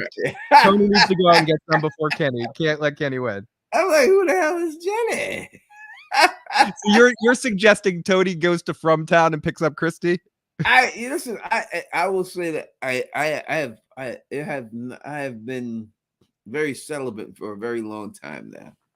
Me too. It's been close to a year for me. Yeah, it's been a while for me. I would say close to that.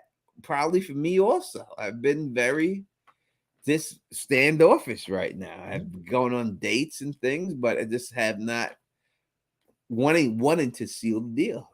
I don't know. Same. I'm just holding off right now. I don't know why or whatever.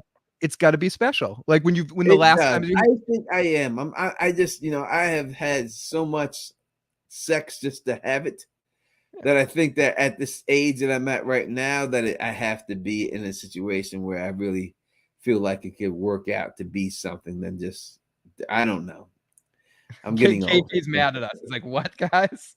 The KP's he's younger than us, so he'll get through it. He'll get there and everything else. All right, I'll answer that question for you. Let me hold it down, Phil. Let me go to the back. I'll be right back. Let me run into the chat a little bit. I'm at a loss for words. Tony's cameo would steal Kenny's heart. It needs to happen. What happened to the cast a wide net? This is KP, it's funny you say that. I was going to directly quote what you just said and said this definitely is an after dark discussion. Kenny would have to be a bad boy in that episode. I mean, I think we might see bad Kenny in a certain point in time, or Kenny going a little. We've seen hints at Kenny breaking bad a little bit, and it'll be interesting to see him go down that road. I think, again, with Boyd, one of the things I'm looking forward to coming up is seeing him and Kenny's relationship develop, because I think the two of them have excellent chemistry just as actors working together. So it would be really fun to see the two of them expand a little bit more, because their relationship kind of got fucked up a little bit in season 1, and then they don't necessarily come together as much in season 2 as they did in the beginning half of season 1. So he has a very Mayor of Easttown vibe with the two of them, or so I think when the two of them work together and throw Kenny into that crew of the brains to sit in the ready room and have the Star Trek discussion of how to figure out things, because I do think Kenny works well on that level with Boyd. Speaking of the Mayor of Easttown, I'm not going to change the subject too much, but at the end of the show, I want to talk about something related to that to tell Tony about that I read this week. We might not be done with Mayor in some way, shape, or form. But anyways, back to Boyd. I do think so. Boyd and Kenny's relationship is something I really do want to see. Yeah, Kenny is like Boyd's second son, as Luna said, and I want to see more of that vibe thrown in. They did in season 2, if I remember. I haven't rewatched season 2, so it's not as fresh in my mind. But I feel like Kenny and Ellis had more interactions than Kenny and Boyd did, which was cool too, because I think those two actors also have really excellent chemistry with each other and have like a fun dynamic back and forth. But I do want to see Boyd brought back into that vibe, because Kenny does feel like a second son to him in that way. But bad Kenny is his final form. Possibly KP. I could see him breaking bad a little bit if in the monster at the end of this story getting into his head a little bit. Shout out to Grover. Yeah, can totally see Kenny breaking bad.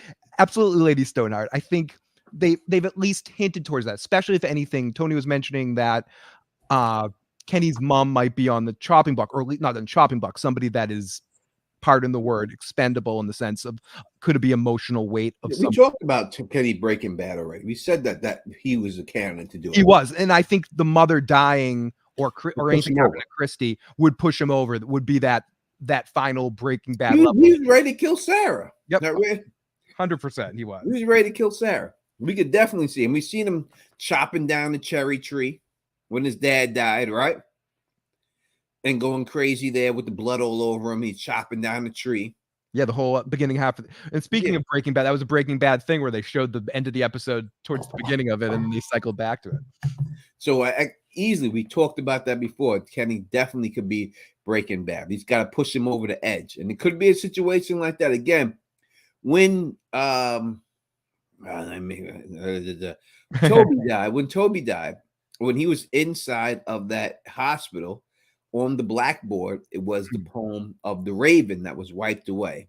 And the poem of the Raven is about dealing with grief and how someone gets over and deals with grief. Hark the Raven. And I think that is what this whole thing is, how people deal with loss and everything else. And if Kenny's mom dies, Kenny might be out the door. Yeah, or Christy. I think if either of them, and honestly, that's the one reason Christy isn't 100% safe, because of the emotional fuck it would do to Kenny if anything happened to her, because I think Kenny is more of a endgame character, so to speak. So I do think Boyd and him and some of the ones that end up lasting through this are going to lose everything. And I think and I don't think Christy's going anytime soon, but I do think once Kenny gets some, that Christy's signing her death warrant. I think it happens, and then something happens to her, and Kenny loses everything again. I do think his ultimate fate is to lose everything and end up Breaking Bad, but I do think maybe he gets a few wins along the way. Yeah, he's going to get a couple of wins, but not the big win he's looking for. Not the booty win. Not the booty win. I'm wishing the best for you, Kenny. I listen, no, not unless he's in totally, like, he had his shot. Like, he had it. It was there for the taking. But and then when she gave him the kiss on the cheek, I don't want to. It's not a Kenny stream, but it's not a Kenny stream. We'll do a Kenny stream. When she gave him that kiss on the cheek, his nuts dropped. Little puppy's nuts dropped right after that. You're seeing him turn it up a little bit. You know what I mean? So she give him the whole punani. You don't know what type of Kenny might come out of here and stuff. He might come out. You remember the movie The Patriot? You remember The Patriot? Yes, Mel Gibson and Heath Ledger. Yeah. And when that chick, Heath Ledger's chick, actually kissed him with the ink in his mouth, and all she did was like kiss him, and he came out that house grinning. Yep, the big ass grin. Jumped up on his horse. He leapt on his horse and looked at her. And then came grinning, looked at his father with his ink, and his father was like, okay. Like, he was just open. That's the way Kenny would be. Son. Kenny would be open. Kenny might say, fuck that talisman. I'm the talisman. So that should have to just walk out there. Like the Terminator and shit. I can do anything. I don't need a talisman. I don't need this. I pulled that off. What do you think I can? To cycle back to Boyd, it does seem like out of all the characters, though, and that's why I'm asking you more what you want to see happen, because of all the characters, I feel like he's the toughest to predict, because everything new that we've seen on the show, the expanding of the canon of the show, usually comes through Boyd's eyes. So we have discovered things through other characters, but most of the sort of breaking new ground aspect that happens every season has been on Boyd adventures. So it's really tough to, because that's the essence of what they're going to do. So I think the answer to what Boyd's adventure is he's going to be on a damn roller coaster, and everything bad that could possibly happen is going to be from his perspective, and he's going to have the weight of the world on his shoulders through the whole season. You can get into specifics of things you really want to see, and because you probably even remember it, you've been talking about this a few weeks, it's a little fresher on your mind and stuff. But I think ultimately Boyd's adventure is the adventure of the season. Another thing, it's just the things I want. I want to see him actually have an interaction with the boy in white. I want to see more of the boy in white this season. I want to see more of the boy in white too. I hope they show one. One episode, basically, he was in last week. That was it. He was Yeah, in the last episode, right? Did, We were going to have a interview with the boy in white. We had worked it out, but he's young and everything else and all that, But he was going to come on to the show and everything. But maybe next year we'll get him where he's a little bit older now and a everything couple more else. years, he's going to be like a man to white. It's like Yeah. So but so it was a whole situation like that. We had Fallout didn't drop until tomorrow, right? They decided to drop it a day early, actually. Did it drop today? Yeah. All right. So the problem with Fallout, and I'll do some videos on it, is that it dropped the whole season in one day. Okay, they're not doing the every week. No, it's a Netflix drop. I feel like the new Netflix model should be, if you want to drop everything like that, do it like they do the reality shows on Netflix, where they release it every couple of days. You do a new episode. So you want to release it all, have it all drop within a week or within 2 weeks, and then have like an episode come out every couple of days, so you can still do sort of the excitement and build up an event, almost make it like a miniseries, 80s miniseries style, where you just have like, every day of this week the new episode of Cobra Kai is coming out. Because what happens is when they drop it all at once, I'll tell you guys in the chat how it goes. I'll let you know so you understand YouTube business, and I'll give you a little YouTube 101 real quick. Big channels say like Emergency Awesome, heavy spoilers, new rock stars. I don't know, but I'm going to say Think Story. He's a really big channel. Channels that have that level, most of the times, not all the times, but some of them, they get the full season of screeners. They give them everything. 2 weeks, 3 weeks before it comes out. Sometimes even months. Even months. They'll give them the whole season when they do it. Shows drops like that. So then they'll come out with, say, tomorrow, out of 10 hours of watching, if it's even 10 episodes, but tomorrow they'll come out with an ending explain video. And when the thing just dropped, right? And then they'll put the whole thing on blast. And channels like mine, Phil, small channels, we don't get those perks. Then you don't get to what? Then I can't do the ending explain. Now it's all taken up. They get all the views. Everything will get up. They'll get 500 to 1 million views per video. And then someone like me, I won't have the chance to put anything else out. And that'll be it. So that's why it's hard for being like that. That's why it's very important for me to hit over 100,000 subscribers and all that. So that when I could hit these networks up and say, look at my subscriber count. Can I get some of these screeners? And that's where it comes down to and stuff. So that's why things like that, it's hard for me to cover because it really doesn't make any sense, because I'm more of a theory channel that tells you what I think is going to happen next episode. And when they drop all the episodes, I can't tell you. People are like, you watched the next episode, you already knew. Right? So that's the problem with that situation. Oh, Grace Randolph, she's another channel. But Grace, one thing I say about Grace is she'll tell you, I've had the screener. They sent me the screener 2 months ago. Grace admits it.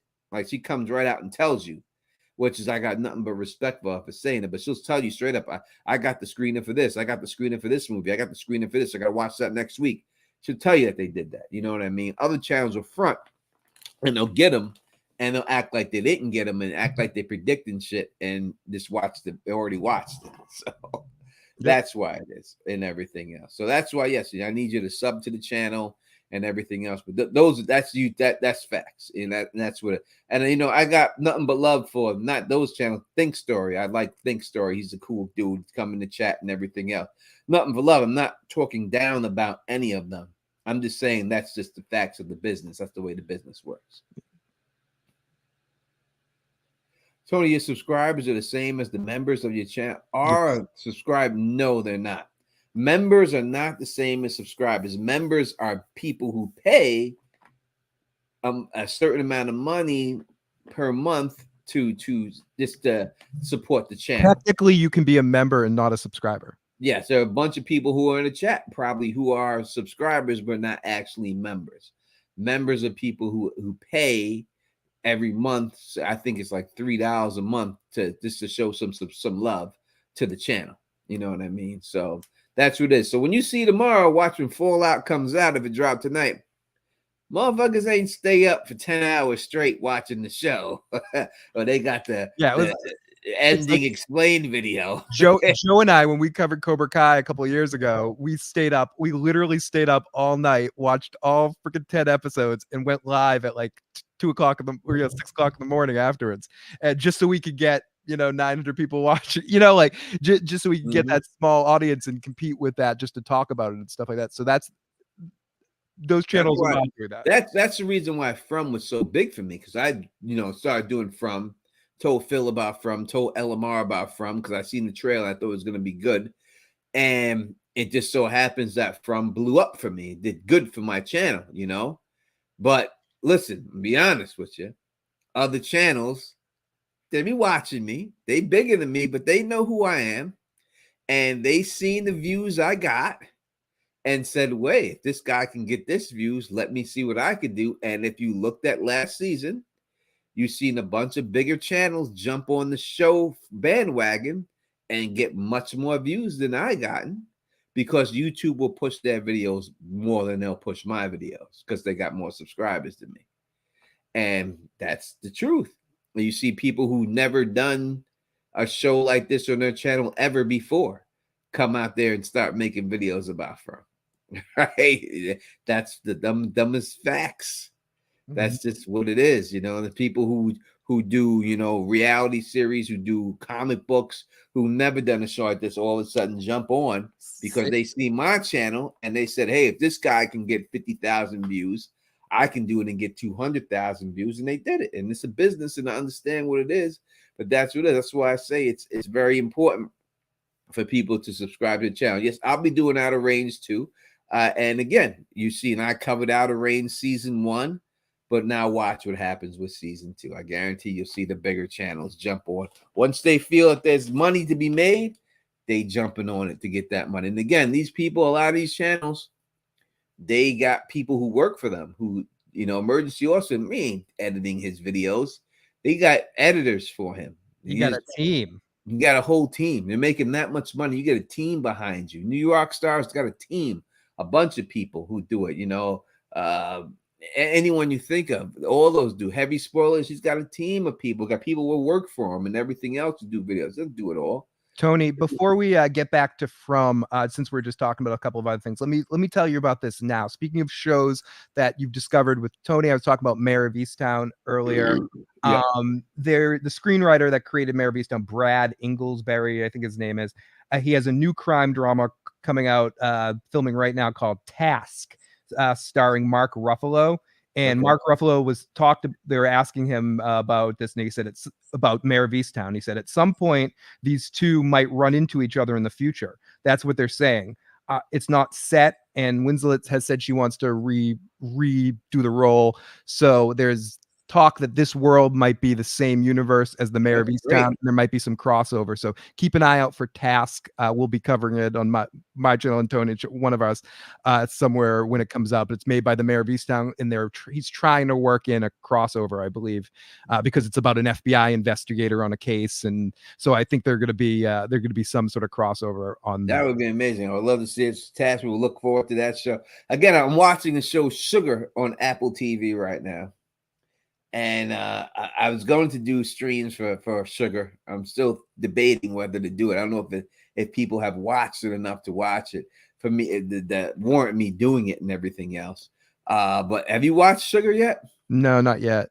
Watch it. If you could give it a watch. I think there's something else going on. I think there's something else going on in this show that people aren't maybe overlooking. I think it could be how could I say? I don't want to give away too much of it, but I will say that would give away too much. But I'm gonna give it away, because I could be wrong. I don't know, but I don't know. I get Shutter Island feelings from this show. Interesting. Okay, that's what I get. Shutter Island feeling, and that's it. Well, let's say what up to Laura Butler, who said, I'm late, but I made it. You sure did, baby girl. You sure did. Thank you for having it. Oh, Carla Way said a 100K stream will come to you. I cannot wait. I would We're love getting to get there. that. We're getting there. Almost. I mean, we're almost at, well, I think we're at 80 something, almost 90,000. Yep. Well, By the end of House of the Dragon, we'll get there. 10,000 more. Yeah, I think we could, but be around there, depending on how many. As I said, when I first was covering, Game of Thrones, wasn't no one covering that shit, man. I'm be honest. If you go back to look at my first videos when I was covering Game of Thrones, the show Game of Thrones, nobody was covering it. No one. Emergency Awesome. Heavy Spoilers didn't even have a channel back then. None of them. New rock stars, none of them covered Game of Thrones. Nobody did it. Nobody. I know it's hard to believe, but no one did it. And then after the Red Wedding hit, then everyone. Season 4 when everyone flooded to it. That's what I'm saying. Even like History of Westeros, who was friends of mine, friends of the channel, friends of Phil's channel. They didn't even cover Game of Thrones show because they were just a strictly book channel, and they made the thing that they're not going to cover the show, and then they switched their deal and said, all right, we're going to cover the show too, and then break down the thing. But they did that, but in the beginning, that's the way it was. No one was covering that show until people seen the views, and then once these bigger channels seen the views, they said, let me jump on this and get these views. And that was it. That's the way it goes. It was you and Otaku Assemble, that dude. Yeah, me, Otaku Assemble. There was another guys who did like puppets. They did not puppets, but they did anime, like Anime Me or something like that. Animate things of them, and they did it and stuff like that. But besides that, no one else was really doing. And that other girl, Kayla, the lady Kayla, she was covering it too. She was the one that was it. No one else was covering the show. Nobody. That was back in the days. We still here and everything else and all that. Nah. Who is this? Who is this person saying this? I don't know. The words blocked out on my screen. Must be. There's the names that may not be said on this channel, and someone's saying one of the names that may not be said on the channel and stuff. But besides that, let's go back to From and just keep going on with From with Harold. So what I would like to see with Harold, what Boyd this season is, and I do believe that he will be in the situation when he always gets to level up and everything else. He's finding these things. I think it comes down to him and the lighthouse. We've seen him look at the lighthouse. We've seen he was the first person who discovered the lighthouse. So he might be, it has something with him getting to the lighthouse. Do you think that we'll find out exactly what was dragging the tent when he was in there with Sarah?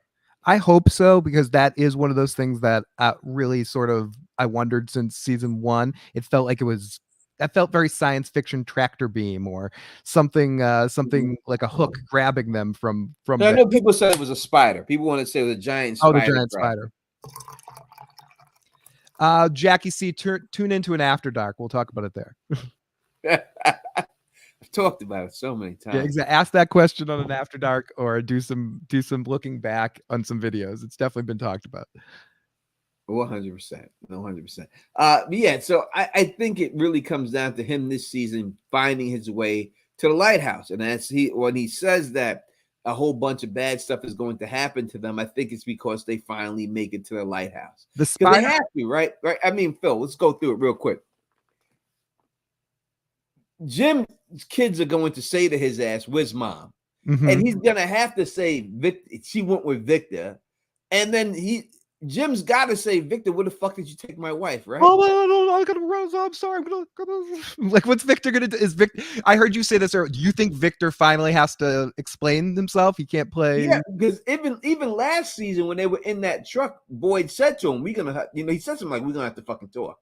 Yeah, like we gonna have to fucking talk. Like when he went in that truck and shit.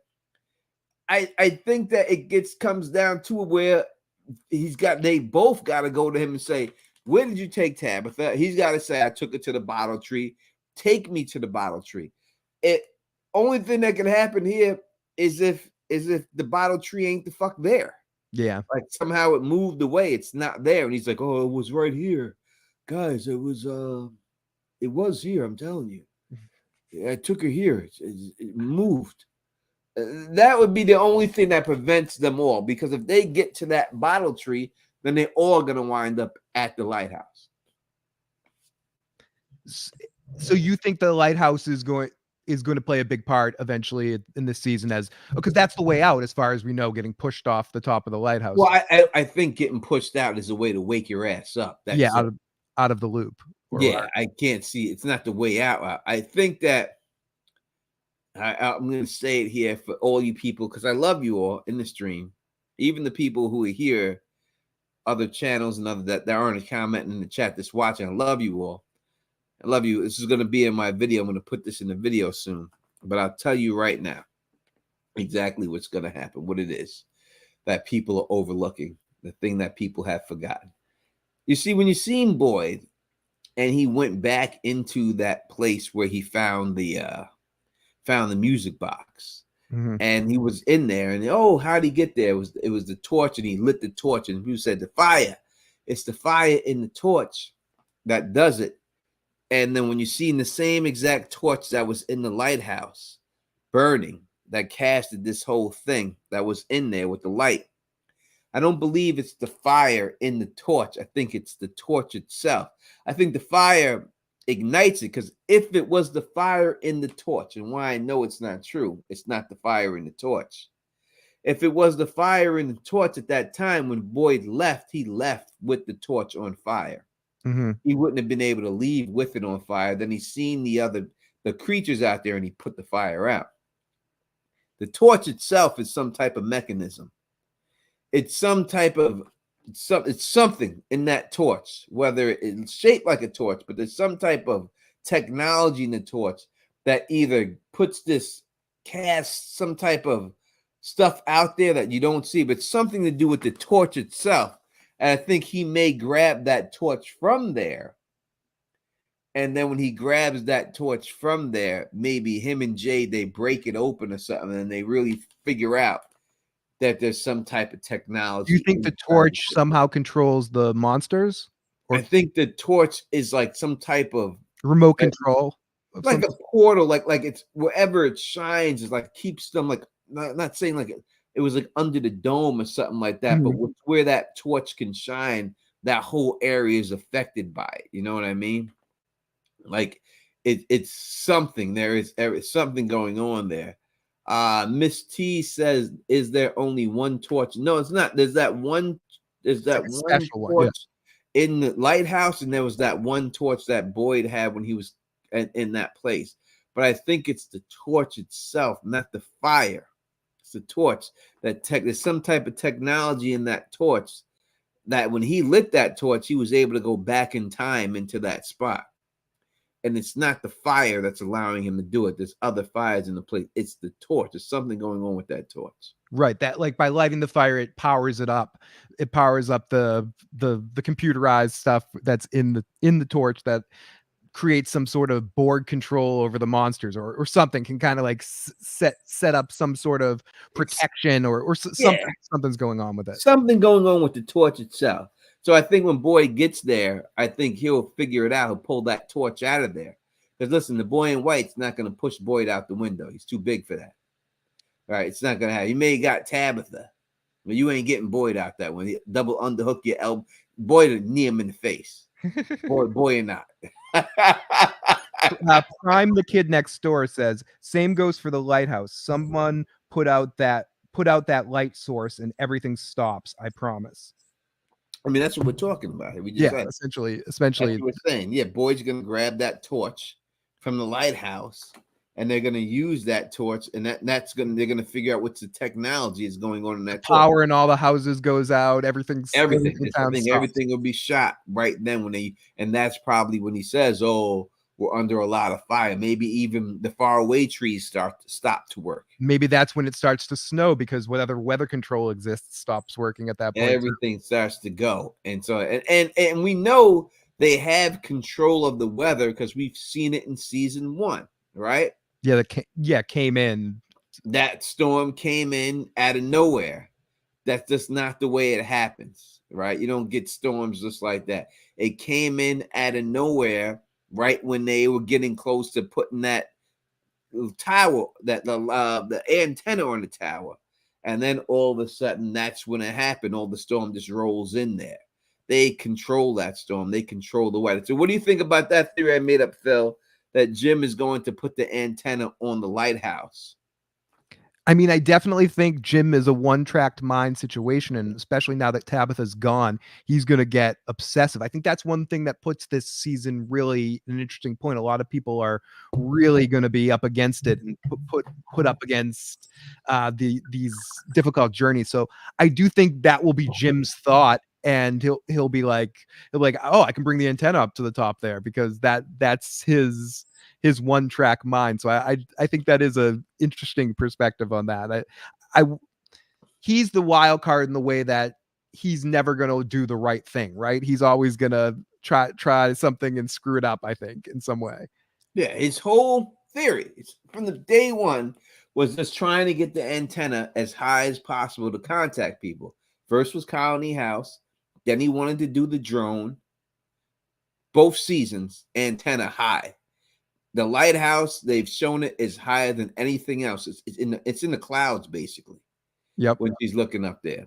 Can't get no higher than that. So I would have to think that would be his next thing.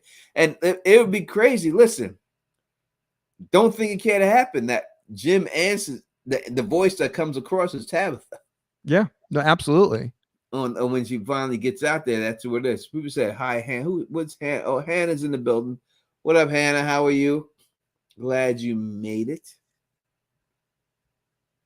here and everything else. We got a bunch of people watching here, man. Over 185 people here rocking with the Don Tony Teflon. Phil, the issues guy.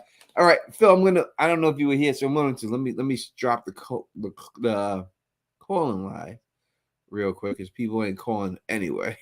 But let me play something for you real quick. Let me put this up here so that we don't get no razzle dazzle. And I'll get your thoughts on this whole situation. What you think about this? I do believe it's this. All right. Let me play some right here.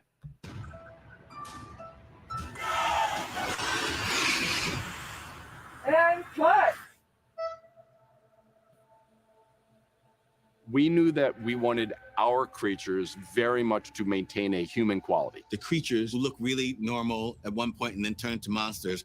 They come out of the woods at night looking like a creepy librarian, your neighbor's a worker or a milkman. They take the form of somebody who that character would probably be close with. So Julie sees a young guy that maybe she knows from school. Don't you recognize me? They come at you smiling. They come the seduction and with an enticement. When can I come inside? They enjoy it, these monsters in this place. They enjoy inflicting harm. They never run, which is even creepier. Because you know why? They don't have to. There is a husk outside that is human, but there is something deeper in them. When it does come out, it's almost demonic. It's horrific. We started off with that image of the Pope by Francis Bacon, the English painter. I always thought he was painting people on the inside, not the outside. We had a one-piece face and a cowl. So the cowl would be the whole neck and the back of the head. And then we would have another appliance, which would be this entire face. The eyepieces themselves, they're not real. Visual effects will go in, take those eyes out, and replace them with CGI. And we had these fangs that we put inside their actual mouth. Well, what is important is the beginning part. We'll play it one more time for you. We knew that we wanted our creatures very much to maintain a human quality. The creatures who look really normal at one point and then turn into monsters. They come out of the woods at night looking like a creepy librarian, your neighbor's a worker or a milkman. They take the form of somebody who that character would probably be close with. That's the most interesting thing right there. Guy that maybe she knows from school. Don't you recognize me? They come at you. Exactly. You're 100% right. What she says that right is there. Yeah. What she says is what is what I'm saying. That means the most. Is that Julie? Was that Julie That was talking? Julie. Yeah, that was Julie who said that. She's always giving up information. No, but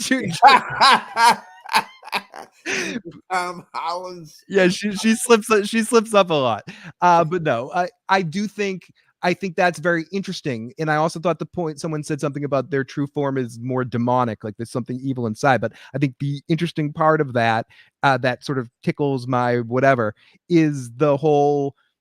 So they appear what you want them to look like. So do their appearances change depending on the people that are looking at them? Is there some sort of personalization to the interaction? Like did Molly look like that? Because that's what Porn Stash's ideal woman would be. It's interesting to me to think about the personalization that's implied in what she's saying right there. Yeah, and they say, he comes out, one guy may look like a milkman, but the milkman's still coming out, right? Every day. I don't think that anyone at this era is saying, hey, a milkman looks friendly to me, right? I like I said, the woman in the wedding dress is coming out. If I was at 7-Eleven, nice and easy, Stewart's, wherever, Circle K, and the lady just walked up to me in a wedding dress, I'm going to be taken back by that, right? I'm not just going to be thinking, hey, how you doing, Miss Wedding Lady? Yeah, did you just leave your wedding? Yeah, I'm always thinking something's wrong here. You just can't run up on me like that. You know what I'm saying? Yeah, especially with the veil down too and shit. I ain't gonna have that shit. The Don can't do it. You know what I mean? So exactly. If she looks like she's partied the whole night and they were stopping in for string cheese and some pretzels after the party, you could get it. But if she has the veil on and she's all like looking pre-wedding, it would be scary. You know what I mean? And she's walking with a guy dressed as the milkman next to her. That's an odd thing to wear in a wedding. Yeah. So when it says she says, the guy looked like a guy at Julie's school, and specifically she brought that scene up. And I know a lot of people talked about that scene. He says, Julie, don't you remember me? And she squints at him. So the lady went up there. You have to say the old lady turned into the grandma monster just for that little girl, but yet we've seen her as the grandma monster after. Right. Or is it just the person's perspective that shifts? They could do a better job with a quick edit to make the creature change a little bit in someone's mind. Or maybe we're just to assume that that's happening, that when the kid looked at the grandma, he starts to see his grandmother when he's looking at her, just because she has a glamour, so to speak, that works on him to a certain extent. Smiley ain't no one want to see that motherfucker. No, unless you're like Harley Quinn and you want to hang out with the Joker or something like that. Yeah, because when we interviewed his ass, I didn't want to see his ass looking at me like that. No, especially when you turned it on. A couple of times. He did. He did it on purpose, that motherfucker. Yeah, and I didn't want him smiling at me like I had to tell him. He smiled at me like that. Dude weaponizes his smile. He's like, I'll get you. Yeah, he does. He does. So I would have to know that. So it's hard as a pause on that. Oh no, Diddy. It's hard, and I'm saying this for the showrunners, because obviously they want to have characters that people can relate to. So you want to have the people wearing the same thing, right? Mm-hmm. So if this is the case, it would be hard for them to change the person up every time somebody sees that person, right? So they have to keep them in certain costumes so people know it's the same creature. Right. So they do it more in the actor's performance of, like, when the kid says, "You're my grandmom," or when Julie says, "You look like someone I knew in high school." Like, it's more in the actor's performance that they do that instead of. Yeah, you would have to show me like the grandma monster, and then that grandma monster change to somebody else. Yep. Like that would be the only way to get that across to me. Like, you'd have to show the grandma monster or the milkman monster, and then someone look at the milkman monster, and then all of a sudden it changed to a different form. That's the only way that could be expressed to me where it would work. Yeah. You know what I mean? Because I know what obviously they will hire a new actor for everything, and makeup and all that. It's very expensive, but that's the only way that would truly work for me. is if they did that. But the fact that she said that on an interview with the showrunner and everyone else means that it can't not be true. And that also makes me think that we'll see Smiley again. You think so? I think before the end of the series, we will see Smiley again. Maybe not next year, but somehow his darkness will be reformed somewhere. I don't know. I just have a feeling. I have a feeling. But I guess he was our big loss from last season, even though he was one of the other side. Because he was on. We talked about this a lot. He was on the poster with Boyd last year. You know, his image was iconic for the series, and I don't know. I just have a feeling we're going to see that damn smile on our screen again. Yeah, was it Quatch? Quatch says they're supposedly filming from December 2023 until May 2024. We could be watching late summer this fall. They're still filming right now. Yeah. Right now, they're still filming. I don't know if they started that late in the game. Again, you had the actor strike going on last season, which didn't affect all those actors, but it did affect Harold because he's American. So you have that pushed everything back and everything else. You can't forget that. I don't think these CGI takes a lot to turn over a lot of this, like it would be like a Marvel movie. I would say that what's your August, July, August. I'm going to say September, October. I'm going to say it's going to be a little later than that. Yeah, it's going to be around then. It's going to be later and than that. You know what I mean? August, September, when it's all. Yes, and the writer's strike too. But the writer's strike didn't affect them because their writers are from Canada. So the strike was only for people in the United States, actors and writers and stuff. Other countries. That's why they were able to still keep doing the House of the Dragon during the whole strike was going on. They still filmed and everything else because the writing was already done and all the actors were from overseas. And I'm with Willie. I think we're probably around Halloween, but I hope it's early. I hope it's end summer, but I'm guessing it's going to be fall. It's going to be September, October-ish. Yeah, it'd be a little while. It's not going to be next week. Again, you don't want to. And if you're smart, if MGM is smart, and I'll say they are, you don't want to compete with House of the Dragon. There's certain shows you want to stay away from. And Halloween would be like, or fall leading in to have the show airing during Halloween would be a good advertising push or a good PR sort of thing, because you could really build up not a Halloween episode, but just more people are watching thriller horror stuff in the months of September and October than they are any other months. Yeah, and they took our advice, Phil, and they put it on Netflix, but Netflix overseas. Yep. Yeah, they have to listen to us. We've been telling them to do that for a while, and they finally took our advice and done it. So I expect that this is going to pick up a much bigger fan base for this season, just for that reason alone. You know, so listen, MGM Plus, just hire the Don and Phil.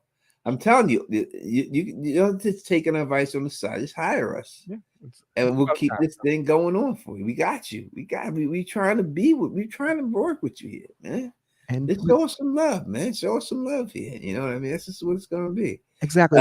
You could get us for a song too. You know, we'll exactly. It's not you're gonna have to. You gotta pay out. Yeah, we'll prove ourselves in the first contract to make money in the second one. So that's right. I'll do it for nothing. I'll just do it this for pay me to get out there, take care of my food, room and board, buy me a couple cans of spaghetti. I got the rest. I'm good. I got the rest. And then next season we'll talk about the contract. We'll get that exactly.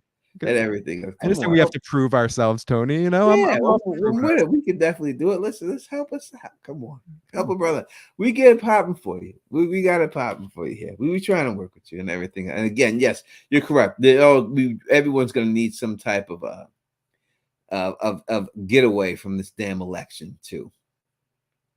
You know, one's going to this damn election that's going to be coming up, and in September.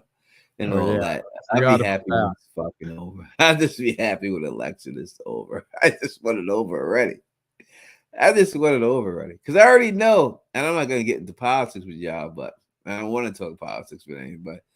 I'm going to tell you right now, straight up. It's Biden's winning, and it's over. All right. It's done. It's it. I guarantee it. I promise you that's what it is. And it's already done. Sonic's got the ticket though. Tony Phil 2024. I think we made a mistake not running Tony. Yeah, we should have ran. Actually, I don't want anyone digging into my past. That'd be scary. Yeah, listen, I would admit everything. Tony, people be grabbing clips, screenshots of the After Darks and stuff.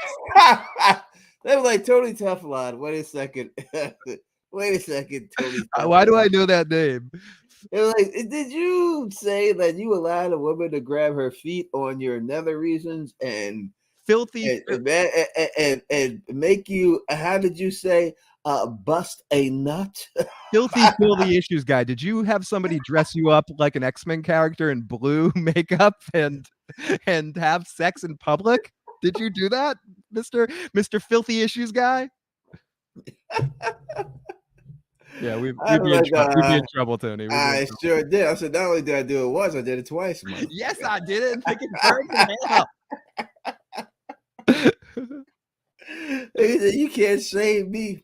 I ain't ashamed of nothing I did. That's why I did it. I'm like, hell yeah, I fucking did it. I think that's what happens with people. People do shit there. They Carl away says filthy. Yeah, filthy issues guy. I'm Phil the filthy issues guy. That's my After Dark name. That's right. I ain't afraid. Listen, anything I do I do it. I ain't ashamed of it. That's why I do it. That's it. If I was ashamed of it, I wouldn't do it. That's the bottom line. You can come right out and say it, and I'll tell you, yes. And it was with your wife. Yep. And you were watching. That's just the way it is. You gotta do what you gotta do, man.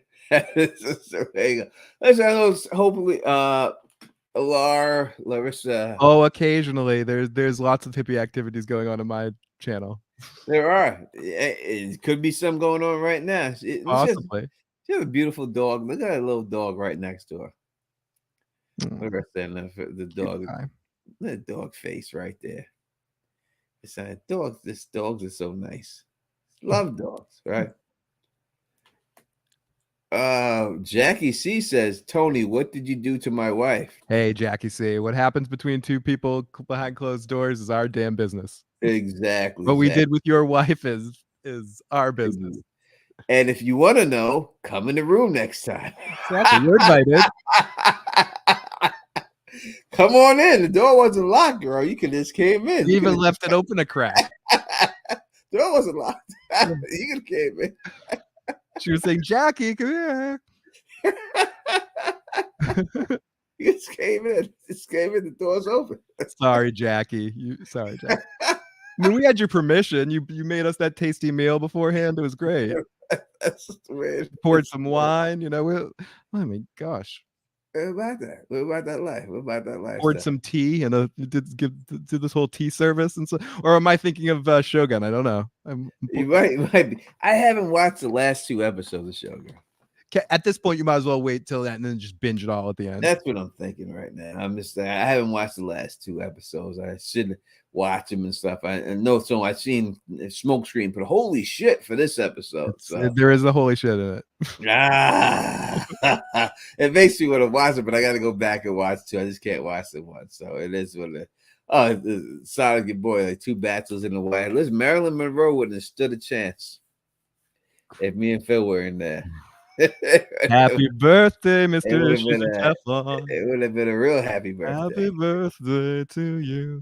Sorry for the half After Dark here, guys. Sorry. No doubt about it. Now we getting off here anyway. We are. If Maryland, you didn't say pause. We have exhausted our talk about Harold. I mean, really, it's ultimately what we said. All we can really do is speculate about him. I think, yes, he'll get back to the lighthouse at some point. What will that be his mission once? That's why they need to come together. He's a problem solver. Ever since he's coming there, his character has been, I'm going to solve the problem for everybody else. So what problem is he going to solve? Will Jim bring the Tabitha problem to Boyd, or is he going to try to do it all himself? I mean, he has to. Yeah. And that's got to be the ticket. Like Boyd's got to hear what she went, what? And they have to spend I almost want all the attention in the town, all of our big players to be focused on this. Tabitha got out or she disappeared. We got to figure out what the fuck happened. It's going to take a second though, because I think it's going to take at least one night. Yeah, one Right. episode to kind of get. Because they're gonna say, all right, Tabitha's out. Then they have to have nightfall. Then she's not come back in the morning, and then they get worried. You know what I mean? Tony, and I guess the last thing, which isn't really Harold based, but it's a character I can't remember in the last, maybe I haven't listened to every single one of your from streams, the ones I've missed, but the character that I feel like we're not talking about is Randall. He's the other guy that was in that mix. What part will, because I don't think he warrants a whole episode here to talk about, but we'll clump Randall, Sarah. Okay, so we'll wait to talk about Randall, but yeah, we'll clump them together and put them like kitty litter. We'll clump all together. Yeah, we'll clump them together. We'll do all that and knock them out. Maybe next stream we'll run that this weekend. But Randall has a part to play too, and I think he might become positive sort of thing for Boyd in this next season. I feel like Randall's gonna break good when Kenny breaks bad. I do think Randall's going to go in a better direction this season for being more helpful around town. No doubt. All right, everybody, go watch Fallout. If it's up there, go watch it. And then remember what I told you about the other channel and see how fast those videos come out. See if they're not out already, once they announce, they're probably already out, right? I've seen dudes drop episodes of ending episodes when the episode just started 1 minute later. Yeah. Like the episode will come on at 9 and 9:01 they'll have ending explained. I watched it all. Yeah, especially back. You'd see that with Game of Thrones stuff too, when it used to be the HBO Go and the episode would drop, and then you could like watch it to the end or something like that quickly. But when are we getting an After Dark? When Anna's available, because we can't do the After Dark without Anna. Yeah, it's all about Anna. Hit Anna up and ask Anna if you want to do it After Dark. Ain't gotta ask me. Red Lipstick Club. Yeah, no one wants to hear just Tony and I up here talking about these things. Yeah, hit Red Lipstick Club, ask Anna, say, Anna, when we doing the After Dark, and then tell her get back, and then that's when we do it. Whenever she says she's ready, we do it. Yeah, it's all on Anna. That's just that's just the way it is. And we need Anna or Christina or somebody besides just Tony and I. Yeah. I don't want to just hear from us and everything. Thank you for we get bad enough on regular streams. Thank you for our kind of love. After Carla Way said, I'm going to slide in the DMs. Definitely go do that and everything else. Thank you all for rocking with the Don Tony Teflon Phil the Issue Guy. Phil, what's your next stream? What you doing? This Sunday afternoon, Joe and I are going to play catch up on the last couple of episodes of Shogun, and I'm also going to talk a little bit about the Invincible finale and the Curb Your Enthusiasm finale, which, spoiler alert, kind of spoofed the Seinfeld finale and went back to that and stuck the landing in a very funny way. If you're into Curb, I thought it ended really solid, but I'm going to be talking about all those things on Sunday with Joe a little bit in the afternoon. Next episode we'll do Kenny's up and everything else. I'm gonna hit the late. I'm gonna hit the actress who plays Kenny's mom up. I'm gonna hit her up. I'll hit her up tomorrow, and I'll slide in her DMs because we cool like that. And I'll see if I can get her to come on the stream on Saturday and see if she's willing to come on and say hi to everyone. She may not discuss what we're talking about, but she may just come on and say what up real quick and then jump up because we cool like that. So we're gonna see what's up. I'm gonna hit her up. I'll hit her up tomorrow and find out. But that'll probably be sad. We'll see. One of these nights. The Saturday night's probably After Dark night if someone hits Anna, so maybe Friday night. Thanks for everyone for rocking with the Don Tony Teflon Phil the Issues, guys. Again, if you like the way we do it, please thumbs up to spread this across the realm. And of course, subscribe.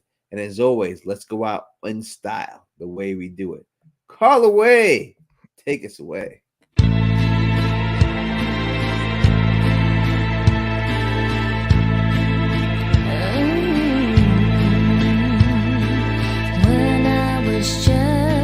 Just a little girl, I asked my mother, what will I be? Will I be pretty? Will I be rich? Here's what she said to me.